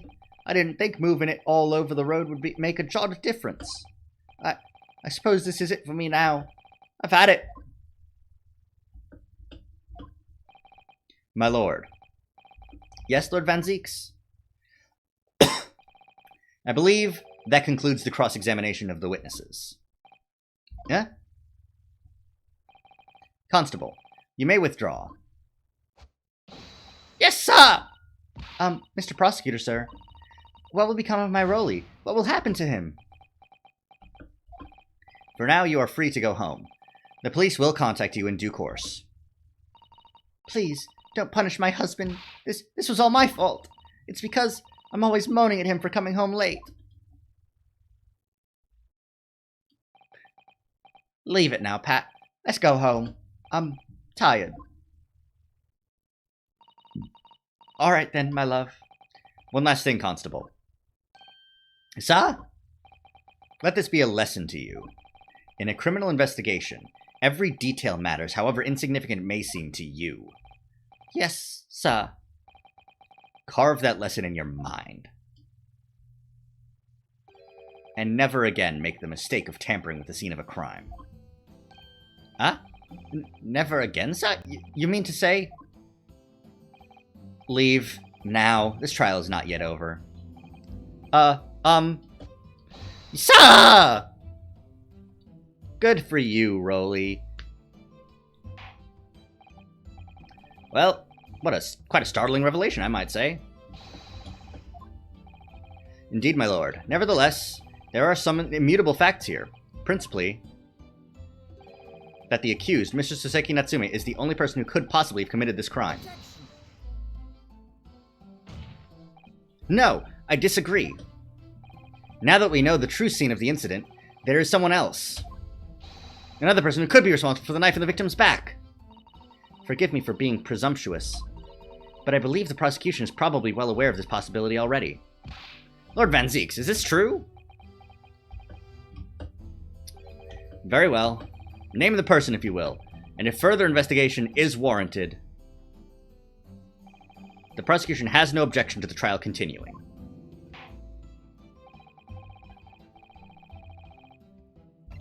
Not intentionally, but Joan Garadeb. The defense would once again like to request the cross-examination of a new witness, my lord. Once again? My assistant made the same request earlier. In order to finally reveal the truth about this case, it's imperative that we cross-examine in juror number 4, Mrs. Joan Garadeb. Me? Me? Oh, dearie me! That request has already been denied. But the situation is very different now. Mrs. Garadeb, answer me this. What do you want now, you little toad? At the time of the incident, you were engaged in a violent argument with your husband, Mr. John Garadeb. In the course of the argument, a minor house fire was ignited, and to clear the smoke from the room, your husband opened a window that looks out over Briar Road. Well, what of it? You threw this book at your husband when he was cornered with his back against the window.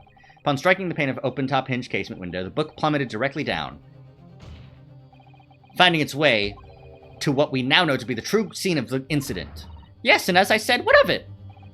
During the argument, you were beside yourself with rage.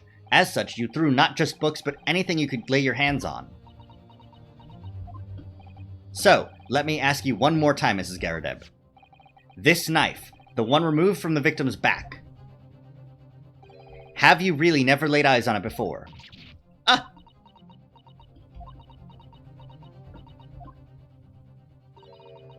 I don't recall it. Seriously? Am I supposed to remember everything I picked up and threw at my husband? And anyway, the man over there in all that regalia said members of the jury needn't testify, didn't he? Conveniently, yes. Objection. No, I have no recollection of saying that at all. Juror number 4. Oh! Make no mistake. You jurors are not special in any way. You are not immune to the judicial process. If you know something about this knife, madam, let the truth come out. But that's just a common or garden knife. It could have come from anywhere. We have several like that at home. If one went missing, how would you expect me to know? What's that? Are you joking? What are you saying? Please, Mrs. Garadeb. The knife went missing. Now you listen to me. I refuse to believe all this nonsense. I couldn't bear the thought that I'd injured someone. Do you hear? I couldn't bear it. Oh, the poor woman. So, yes, I want evidence. I want to see hard evidence if you're going to insist on this being my fault. You're going to have to prove it to me that I threw that knife if that's what you think. Come along now, chop chop. Do your worst. Well, Mr. Naruhodo, if I had evidence like that, believe me, I would have thrown it at her already. Then take the stand, juror. The prosecution does not object to the defense's request to cross-examine this woman. Thank you, Lord Van Zeeks. I'm going to have to testify? Juror number 4, as I'm sure you will appreciate, having observed it with your own eyes today. Witness testimony can lead to the most extraordinary truths being unearthed. Truths of which the witnesses themselves may not even have been aware. Oh, dearie me. I demand your full and unadulterated testimony, Mrs. Garadeb, and mark my words, in this court of law today, we shall extract the truth. Do you concur, counsels? Certainly, my lord. Oh, yeah, that's what I'm hoping for, my lord. Yeah, the truth comes out. This is such a strange feeling. For the first time since arriving in this country, it actually feels real.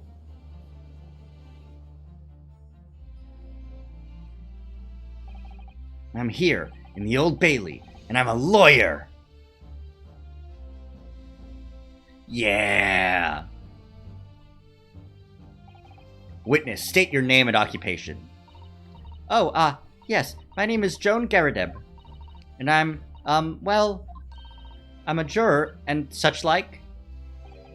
It sounds like even she doesn't know if she's a housewife or a maid, or what anymore.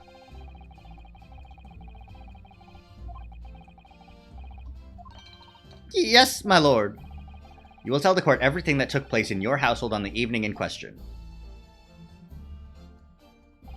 And I warn you, do not attempt to hide the truth. Oh, dearie me. Chin up, Joni. Nothing to worry about now. Oh, I didn't know you were here, John. Wasn't only you in the room that day, old thing, was it?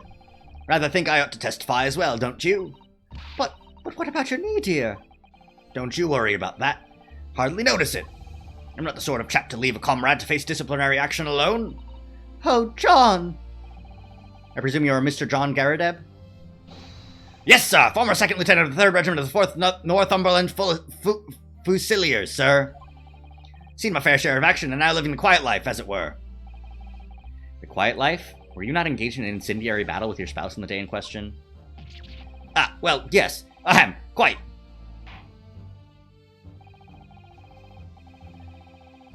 This might represent a first in the proud history of the British court. Calling a juror to the witness stand is unprecedented. However, the court will hear your testimony now, juror number 4, and that of your husband. You will recount clearly and concisely the events in your house at the time of the incident in question. At once.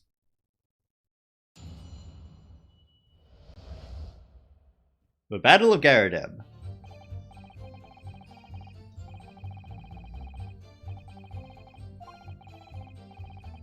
Oh, you can't recall the reason now? I was picking up whatever I could find to throw at him. Plenty of knives around our place. Can't say I'd notice if 1 or 2 went missing, I'm afraid. If that bally thing in the victim's back really was one of ours, you'll have a job proving it, I think.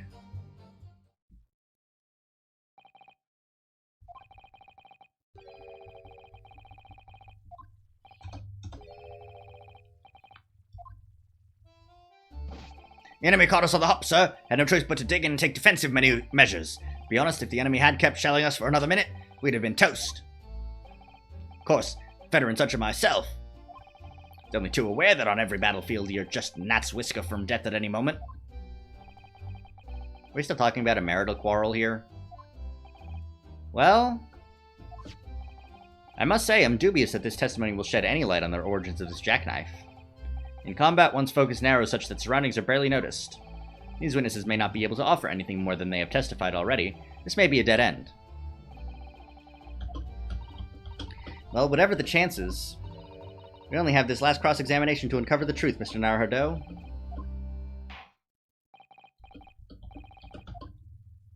Alright, let's get this cross-examination started!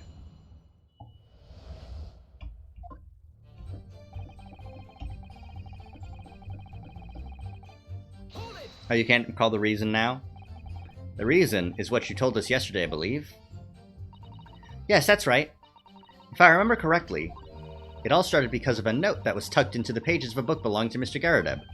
Rather passionate note, in fact. Mrs. Garadeb found the note, discovering her husband's little secret, and she gave him a mighty number of slaps across the face for it, too. What a sordid state of affairs. Hell on earth.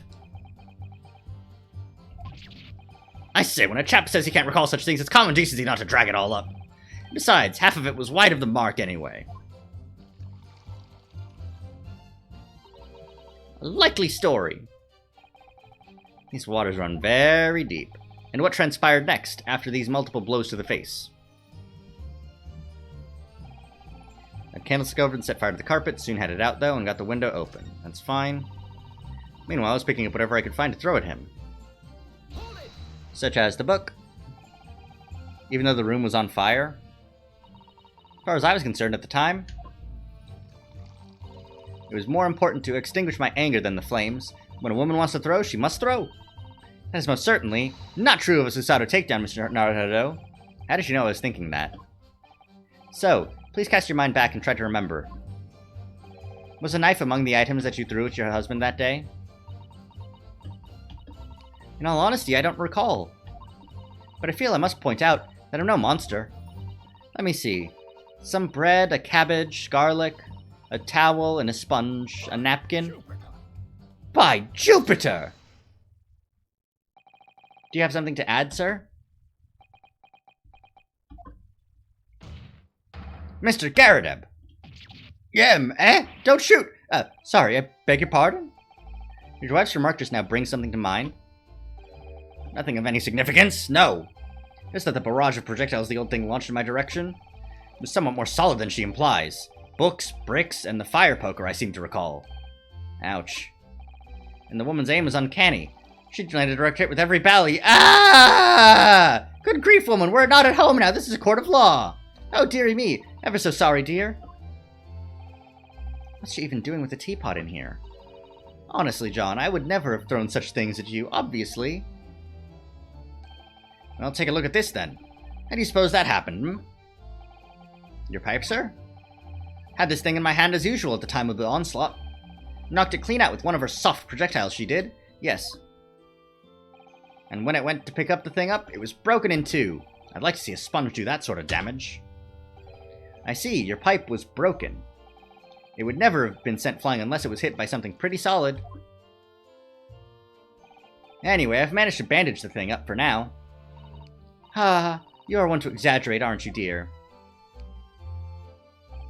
I wonder what we should make of this account. It could be important. The defense believes Mr. Garadeb's remarks just now to be of great significance. This war veteran's words only tell us one thing. Betray a fiery wife, and pipes, as well as hearts, may be broken. Sentimental wisdom, perhaps, but hardly worthy of adding to the formal testimony.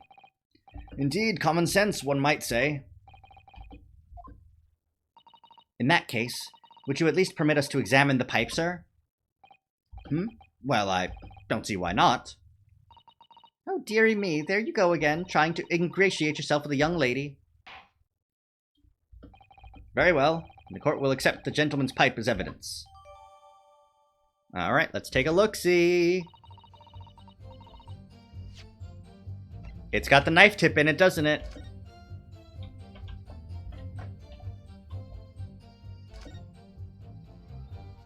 Knew it. Fucking knew it. Fucking knew it.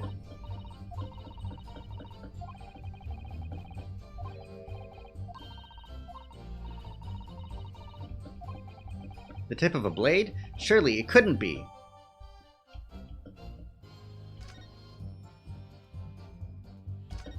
Oh. Good. Okay. I was just feeling rather disappointed for you that your request was turned down. Oh, no, it's fine. Thanks to Sasada-san, we have some new evidence to work with. I already examined it carefully, thank you.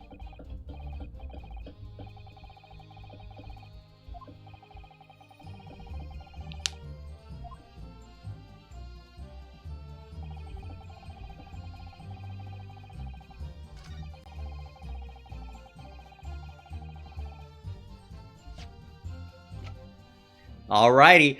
Take that! Objection! Mr. Garadeb, could I ask you to take a good look at this, please? You can ask, but I can't see a bally thing. You can't. You used to call me Dead-Eye Deb back in the regiment, of course. But that was some time ago now. Even I'm trying to enjoy a large print book by the fire these days. I struggle to tell a B from a D and a P from a Q, to be quite honest. Oh, he does, dearie me. It's rather wearing being asked about every other letter and every other word. You must D very dizzy. What is that? A tiny scrap of metal? Yes, almost certainly from the tip of a blade. And what may appear at first to be just a tiny scrap is, in fact, a crucial piece of evidence. Interesting. And where did the defense come by this evidence? It was lodged in the chamber of Mr. Garadeb's pipe. My pipe, you say? By Jove, I wonder how that got there. And what precisely does this fragment of metal signify, Counsel? Are you suggesting that it is in some way related to the matter of the stabbing on Briar Road?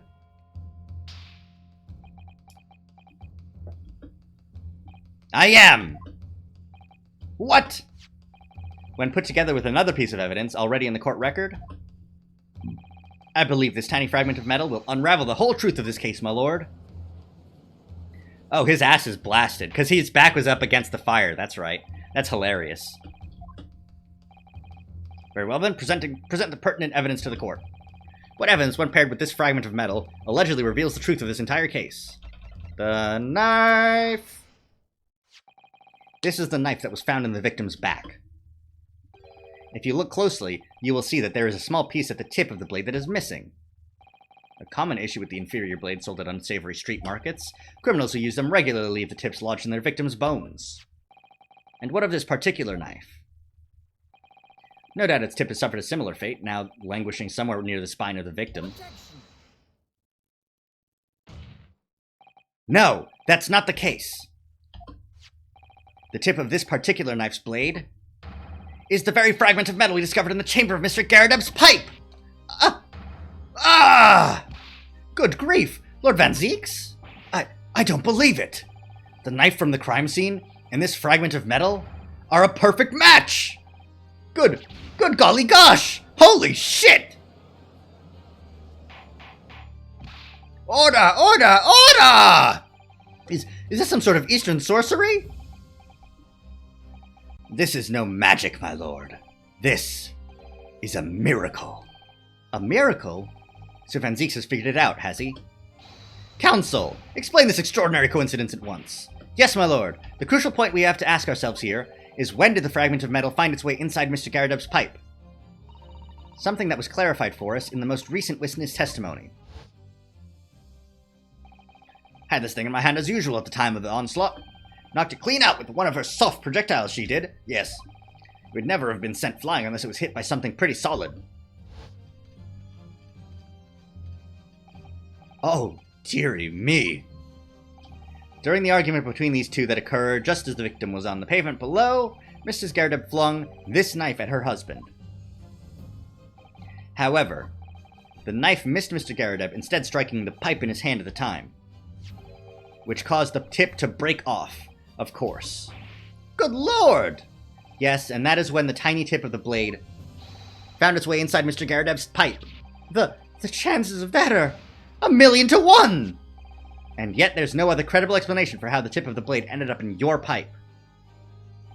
Then, after losing its tip, the knife ricocheted off the pipe and flew out the open window. Ah! In short, this knife, which fell from the window of the Gyarados house, is the very same knife that struck the victim in the middle of the back on the street below! Oh gosh, oh dear, oh... No! Objection! Yeah.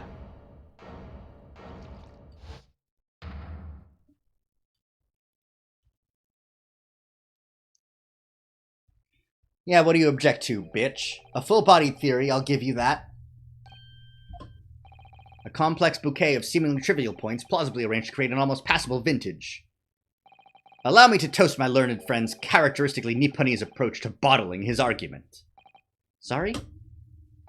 But after all, it is just a theory. The bottle, I fear, is corked. Because you see, it's spoilt by an insurmountable inconsistency.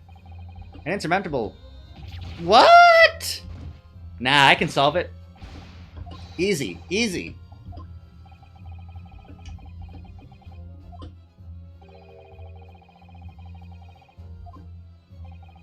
Yes, in her... Ah! No, I know. That's right, you silly little man.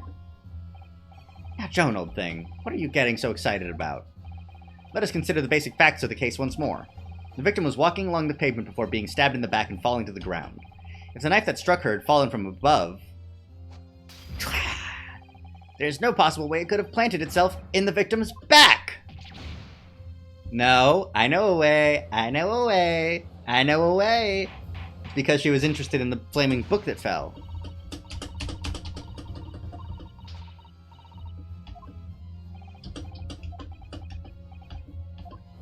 It's actually quite easy to explain. He's lost for words, look. I knew it. I never liked his theory in the first place. I don't know, though. What really did happen? It would appear the defense has made rather a spectacular blunder. If a theory has even one inconsistency, it cannot stand. Your theory, my learned friend, is history. No, it's not. Get up, dude. You've got to believe in yourself.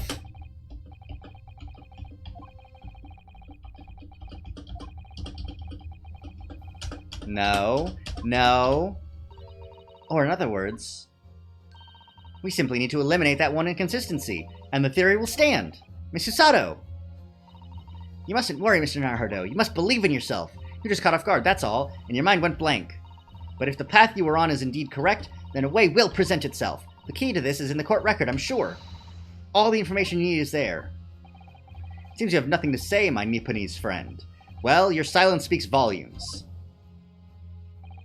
A tacit acceptance that your theory is fatally flawed. Objection! Objection.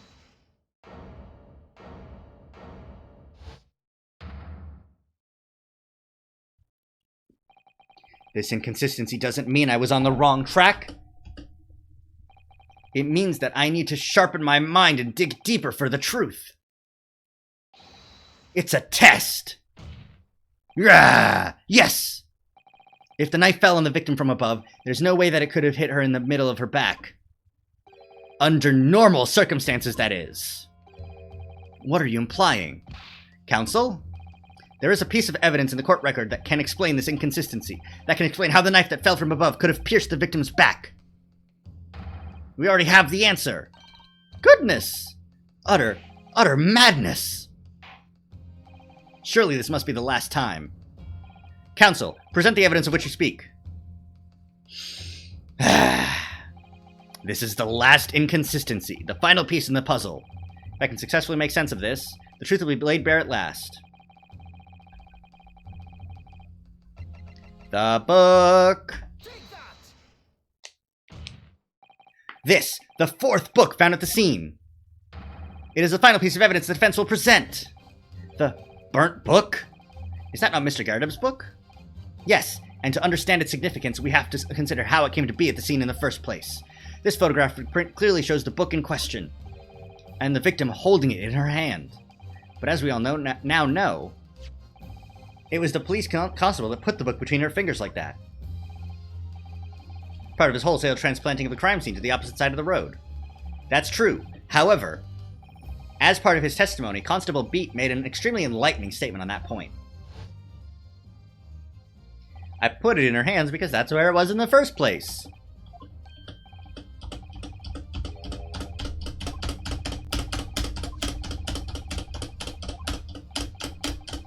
Ba ba ba ba ba ba ba ba ba.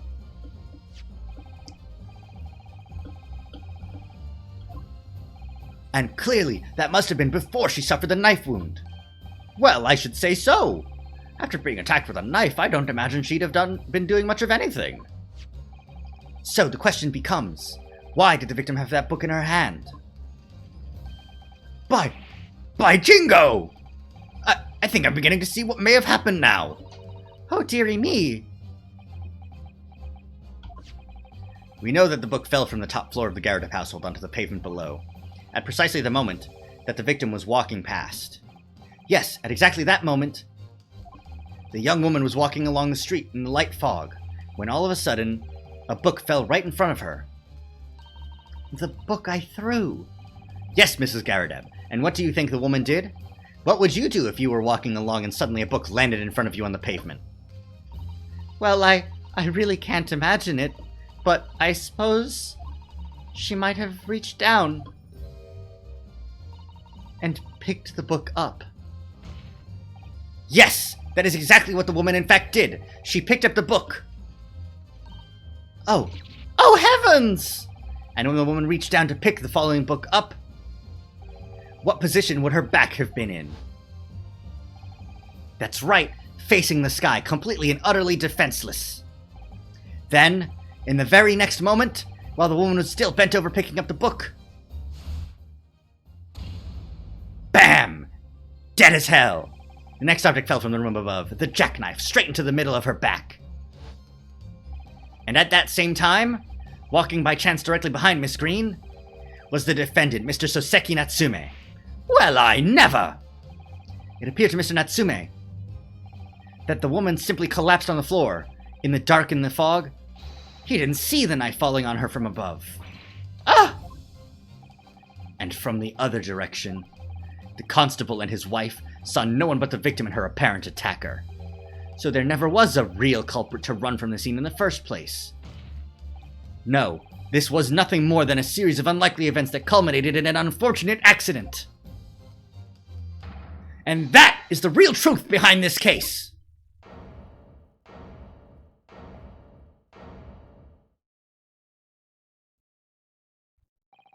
Well, Mr. and Mrs. Garrideb?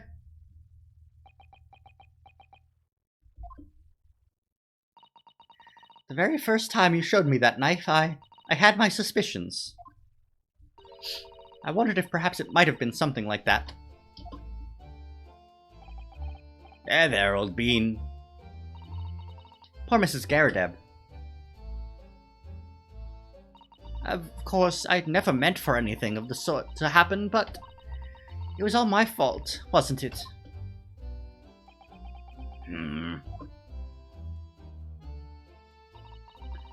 I take full responsibility. I let my anger get the better of me. I threw that book, and I threw the knife as well.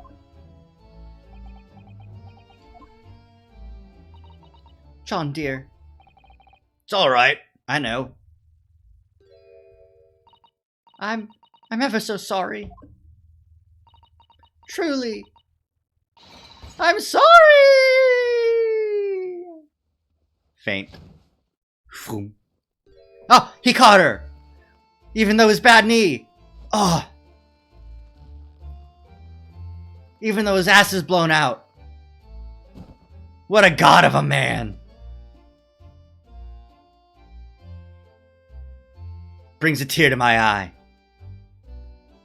The lengths to which chivalry will drive you.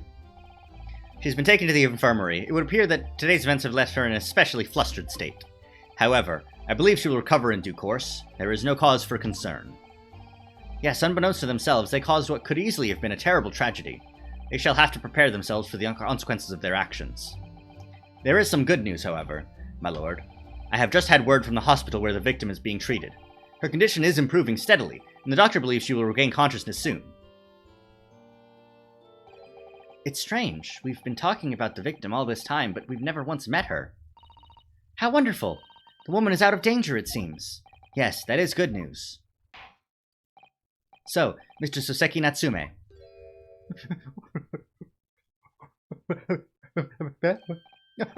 Yes! On behalf of my fellow countrymen, I would like to take this opportunity to beg your pardon, sir. You came from your distant eastern homeland to study our great British culture, and have been repaid with immeasurable unkindness. Please accept our heartfelt apologies.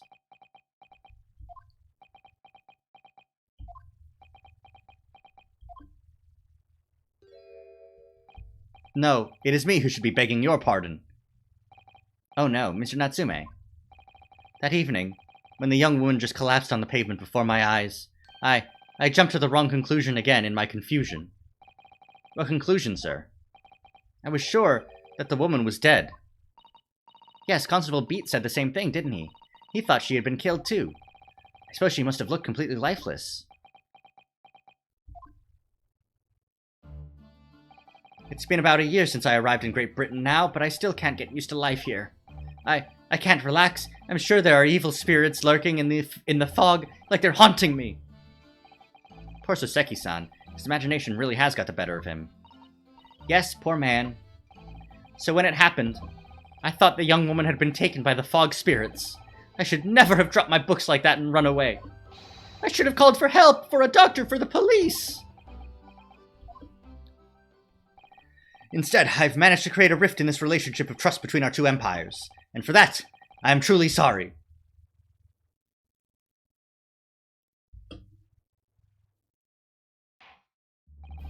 One could indeed say that some sort of mischievous spirit has been at work here, I think. One that created a chain of unfortunate mishaps. We were befooled by this spirit and led to false conclusions. But thanks to Lord Van Zeeks and our young lawyer here from the east, that chain has now been broken and the spirit exorcised. I heartily commend you both. Oh. Now then, ladies and gentlemen of the jury. Yes, my lord. In concluding this trial, I must ask one last time for your decision regarding the defendant's culpability. Are you ready to present your findings to the court? As the foreman of this jury, I can assure you we've reached a fair and just conclusion. I do declare the truth can be extremely cruel at times. Well, I didn't suspect the woman next to me, that's for sure. Sitting in for the old bean while she's out of action, you know, but I know what her decision would be. Does this mean I'll finally be able to get out of here and start work? Well, it's about time. I say, I'll have a corker of a story to tell the grandchildren when I get home, won't I? Very well, ladies and gentlemen of the jury, I hereby demand your final decisions. Mr. Foreman. Not guilty. Not guilty. Not guilty. Not guilty. Not guilty. Yeah, full consensus, baby.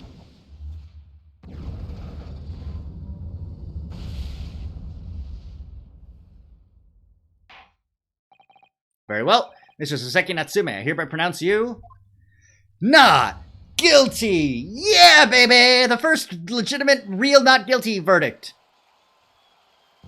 in Britain.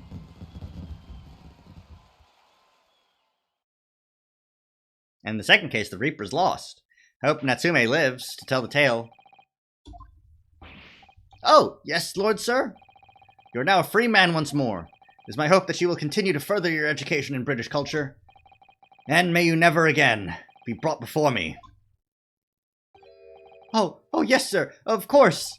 On my life. I swear I'll never set foot in a courtroom again. I'm transported to tears. Thank you, counsels. Court is adjourned. Yeah, baby.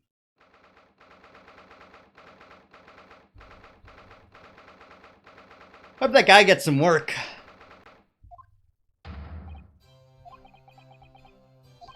Wait, you mean me? Of course, is there another locum here? Is there even one? Compared to the original locum student, Mr. Naruhodo Esquire, your name has become rather short, hasn't it?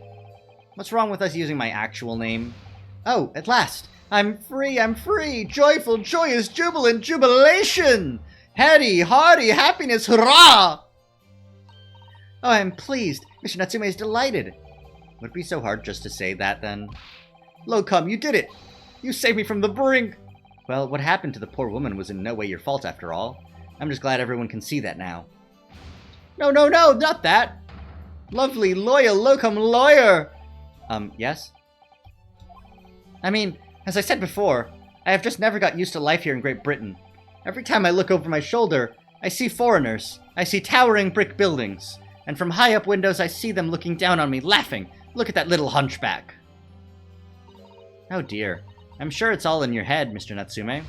But today, you, locum lawyer, gave my gloom the boot! You stood firm behind that baronial bench before all those babbling British.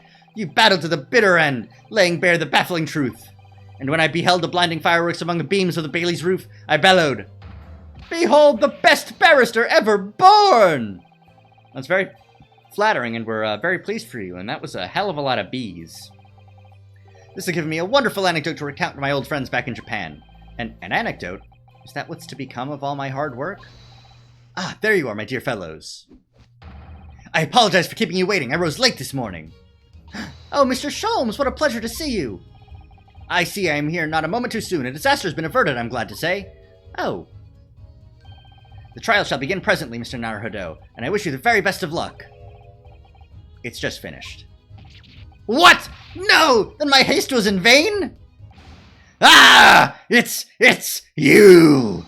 Herlock Sholmes! Oh, have we met, sir? This is Mr. Natsume, the man you had arrested, Mr. Sholmes. Ah, I see. I failed to recognize you at first. Our previous encounters have taken place in the gloom, either of your bleak lodgings or that prison cell.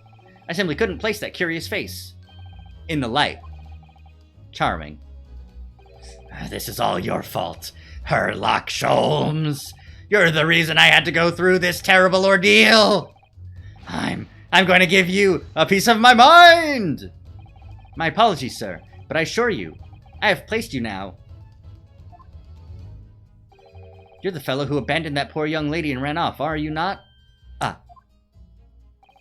Had she been taken to hospital more urgently, I feel perhaps she would have regained consciousness by now. Oh. But it was unavoidable, I'm sure. We are but human, after all. Anyone would have been shaken by such an experience.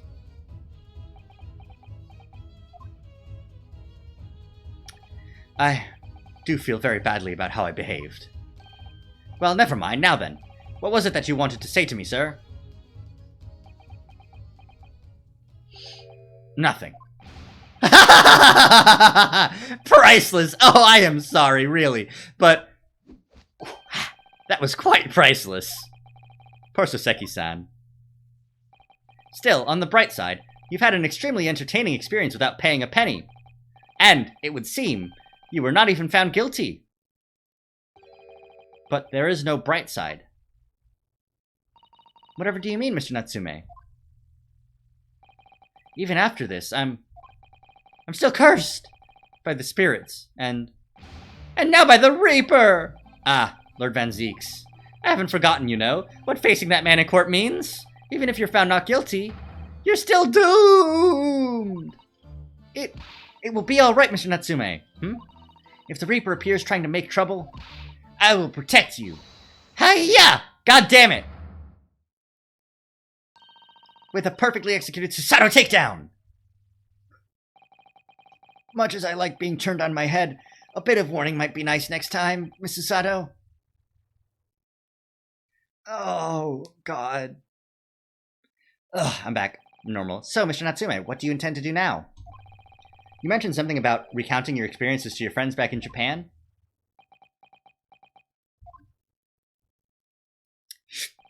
Yes, I intend to return to my homeland soon. Oh. It has already been a year since I arrived here in Great Britain. I've visited universities, libraries, bookshops. I've been honored with the tutelage of professors. I've learned so much about the wealth of literature here and the city it has shaped. And I've come to realize that it is my calling to sail home and tell my fellow countrymen about it. That's very touching, Mr. Natsume. Or, in perhaps less veiled terms, you wish to withdraw halfway around the world. To escape the terror of the Reaper's curse? That's not it at all! The more I learn of literature, the more this strange feeling claws at my insides. I feel compelled to return to my roots, and attempt to pen a work of my own. Oh, I see. A work of literature by Soseki-san. Could be an interesting read. And what about Mr. Sato and yourself, Mr. Naruhodo? Sorry? What about us?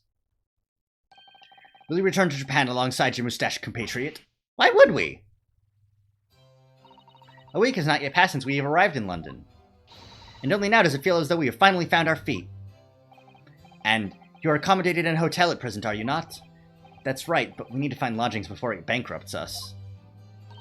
I've calculated we can only afford another 10 nights before our entire budget is exhausted. Well then, you could take my lodgings. Oh, the windowless room. Ah, but what it lacks in windows, it more than makes up for with a floor and a ceiling and walls. Great. And of course, I'd be happy to leave behind the accursed evil spirit. Oh my, an evil spirit.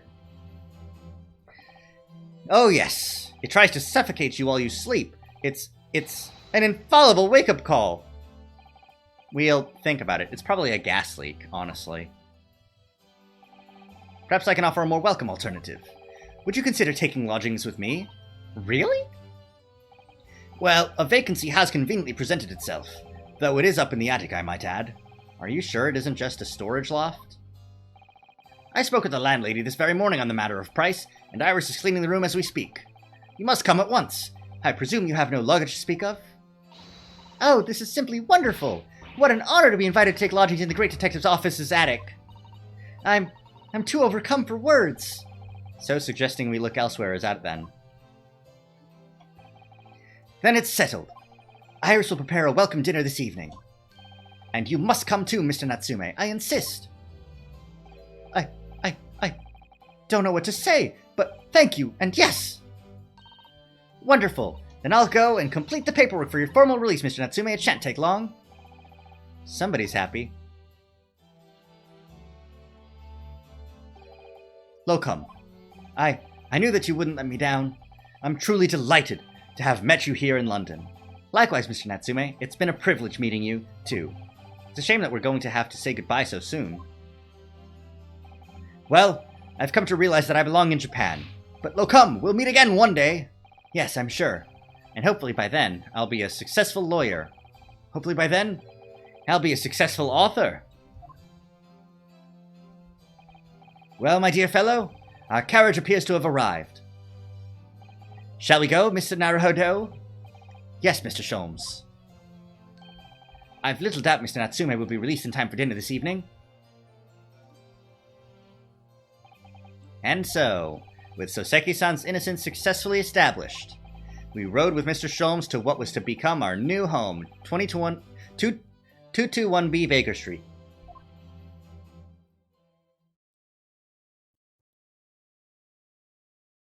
Yeah, it's a shitty attic, hell yeah!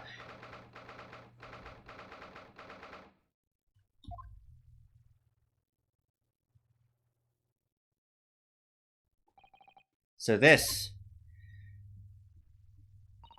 is to be our new office, yes. Our office? I rather like the sound of that. Me too. It's simply wonderful, isn't it? I hope you can see this, Kazuma. It's only a small step, but I'd like to think we're getting a little closer to your dream now. So, my dear fellows, do you like the place? Yo! You glow up nice! You clean up nice, Mr. Sholmes! Mr. Sholmes! Lose the deerstalker 24/7, man! Ah, Mr. Sholmes, yes, thank you so much. It's a delightful room, Mr. Sholmes. I simply adore it. Good, I'm pleased to hear it. Iris and I are delighted to welcome you. I hope everyone's hungry. It's nearly time for dinner. We'll eat as soon as Mr. Natsume arrives. He's gonna die. Iris, you must let me help you. Alright then, Susie. You can be in charge of the salad. Splendid.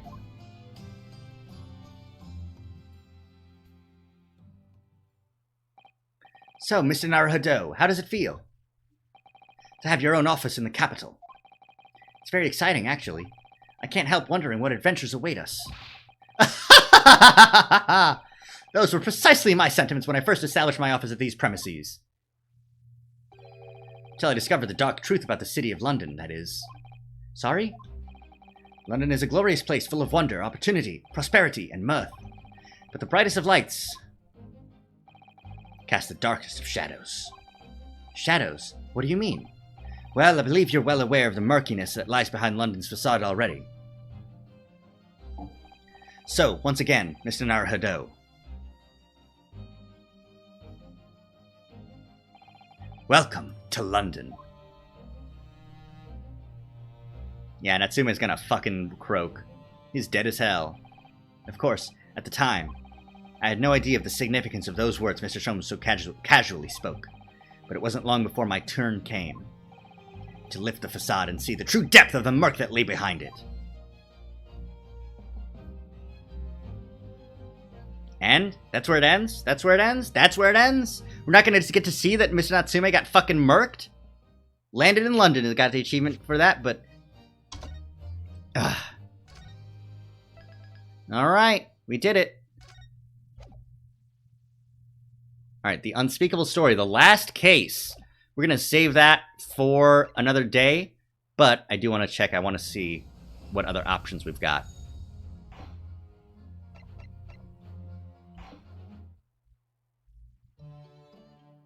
Like the tailor, that's what I wanted to see. Iris's homemade suit. Outfits only for use in the Great Ace Attorney 2. Okay.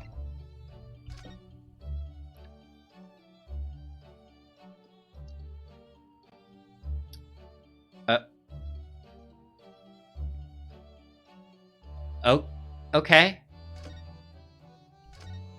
She looks like an entirely different person.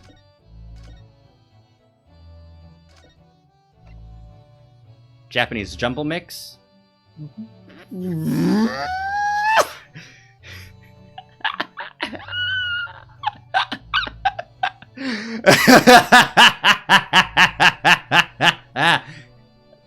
Iris said, "Put on the cat mask, Holmes." Sholmes. And Hurley said, "Yes, ma'am." I'm leaving that on, and that's just gonna be there. That's just gonna be there. All right. Well, that's it for that. Gonna switch over to the hanging out stream to say goodbye and close the game.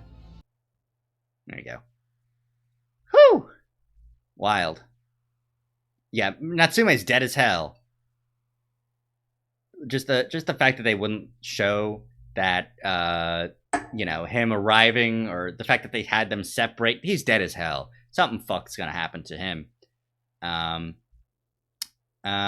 yeah, suppose that's all. Yeah.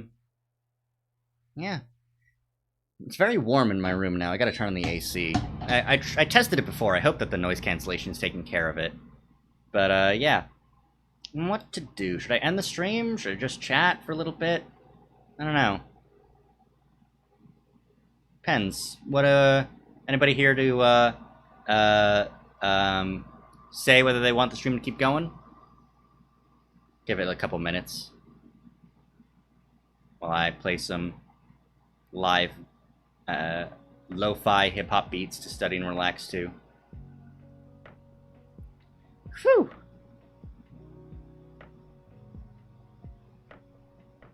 Nah, we'll just call it. Thank you so much, everybody, for watching. This has been Andromeda Zach. I hope to see you in my orbit again soon. Later!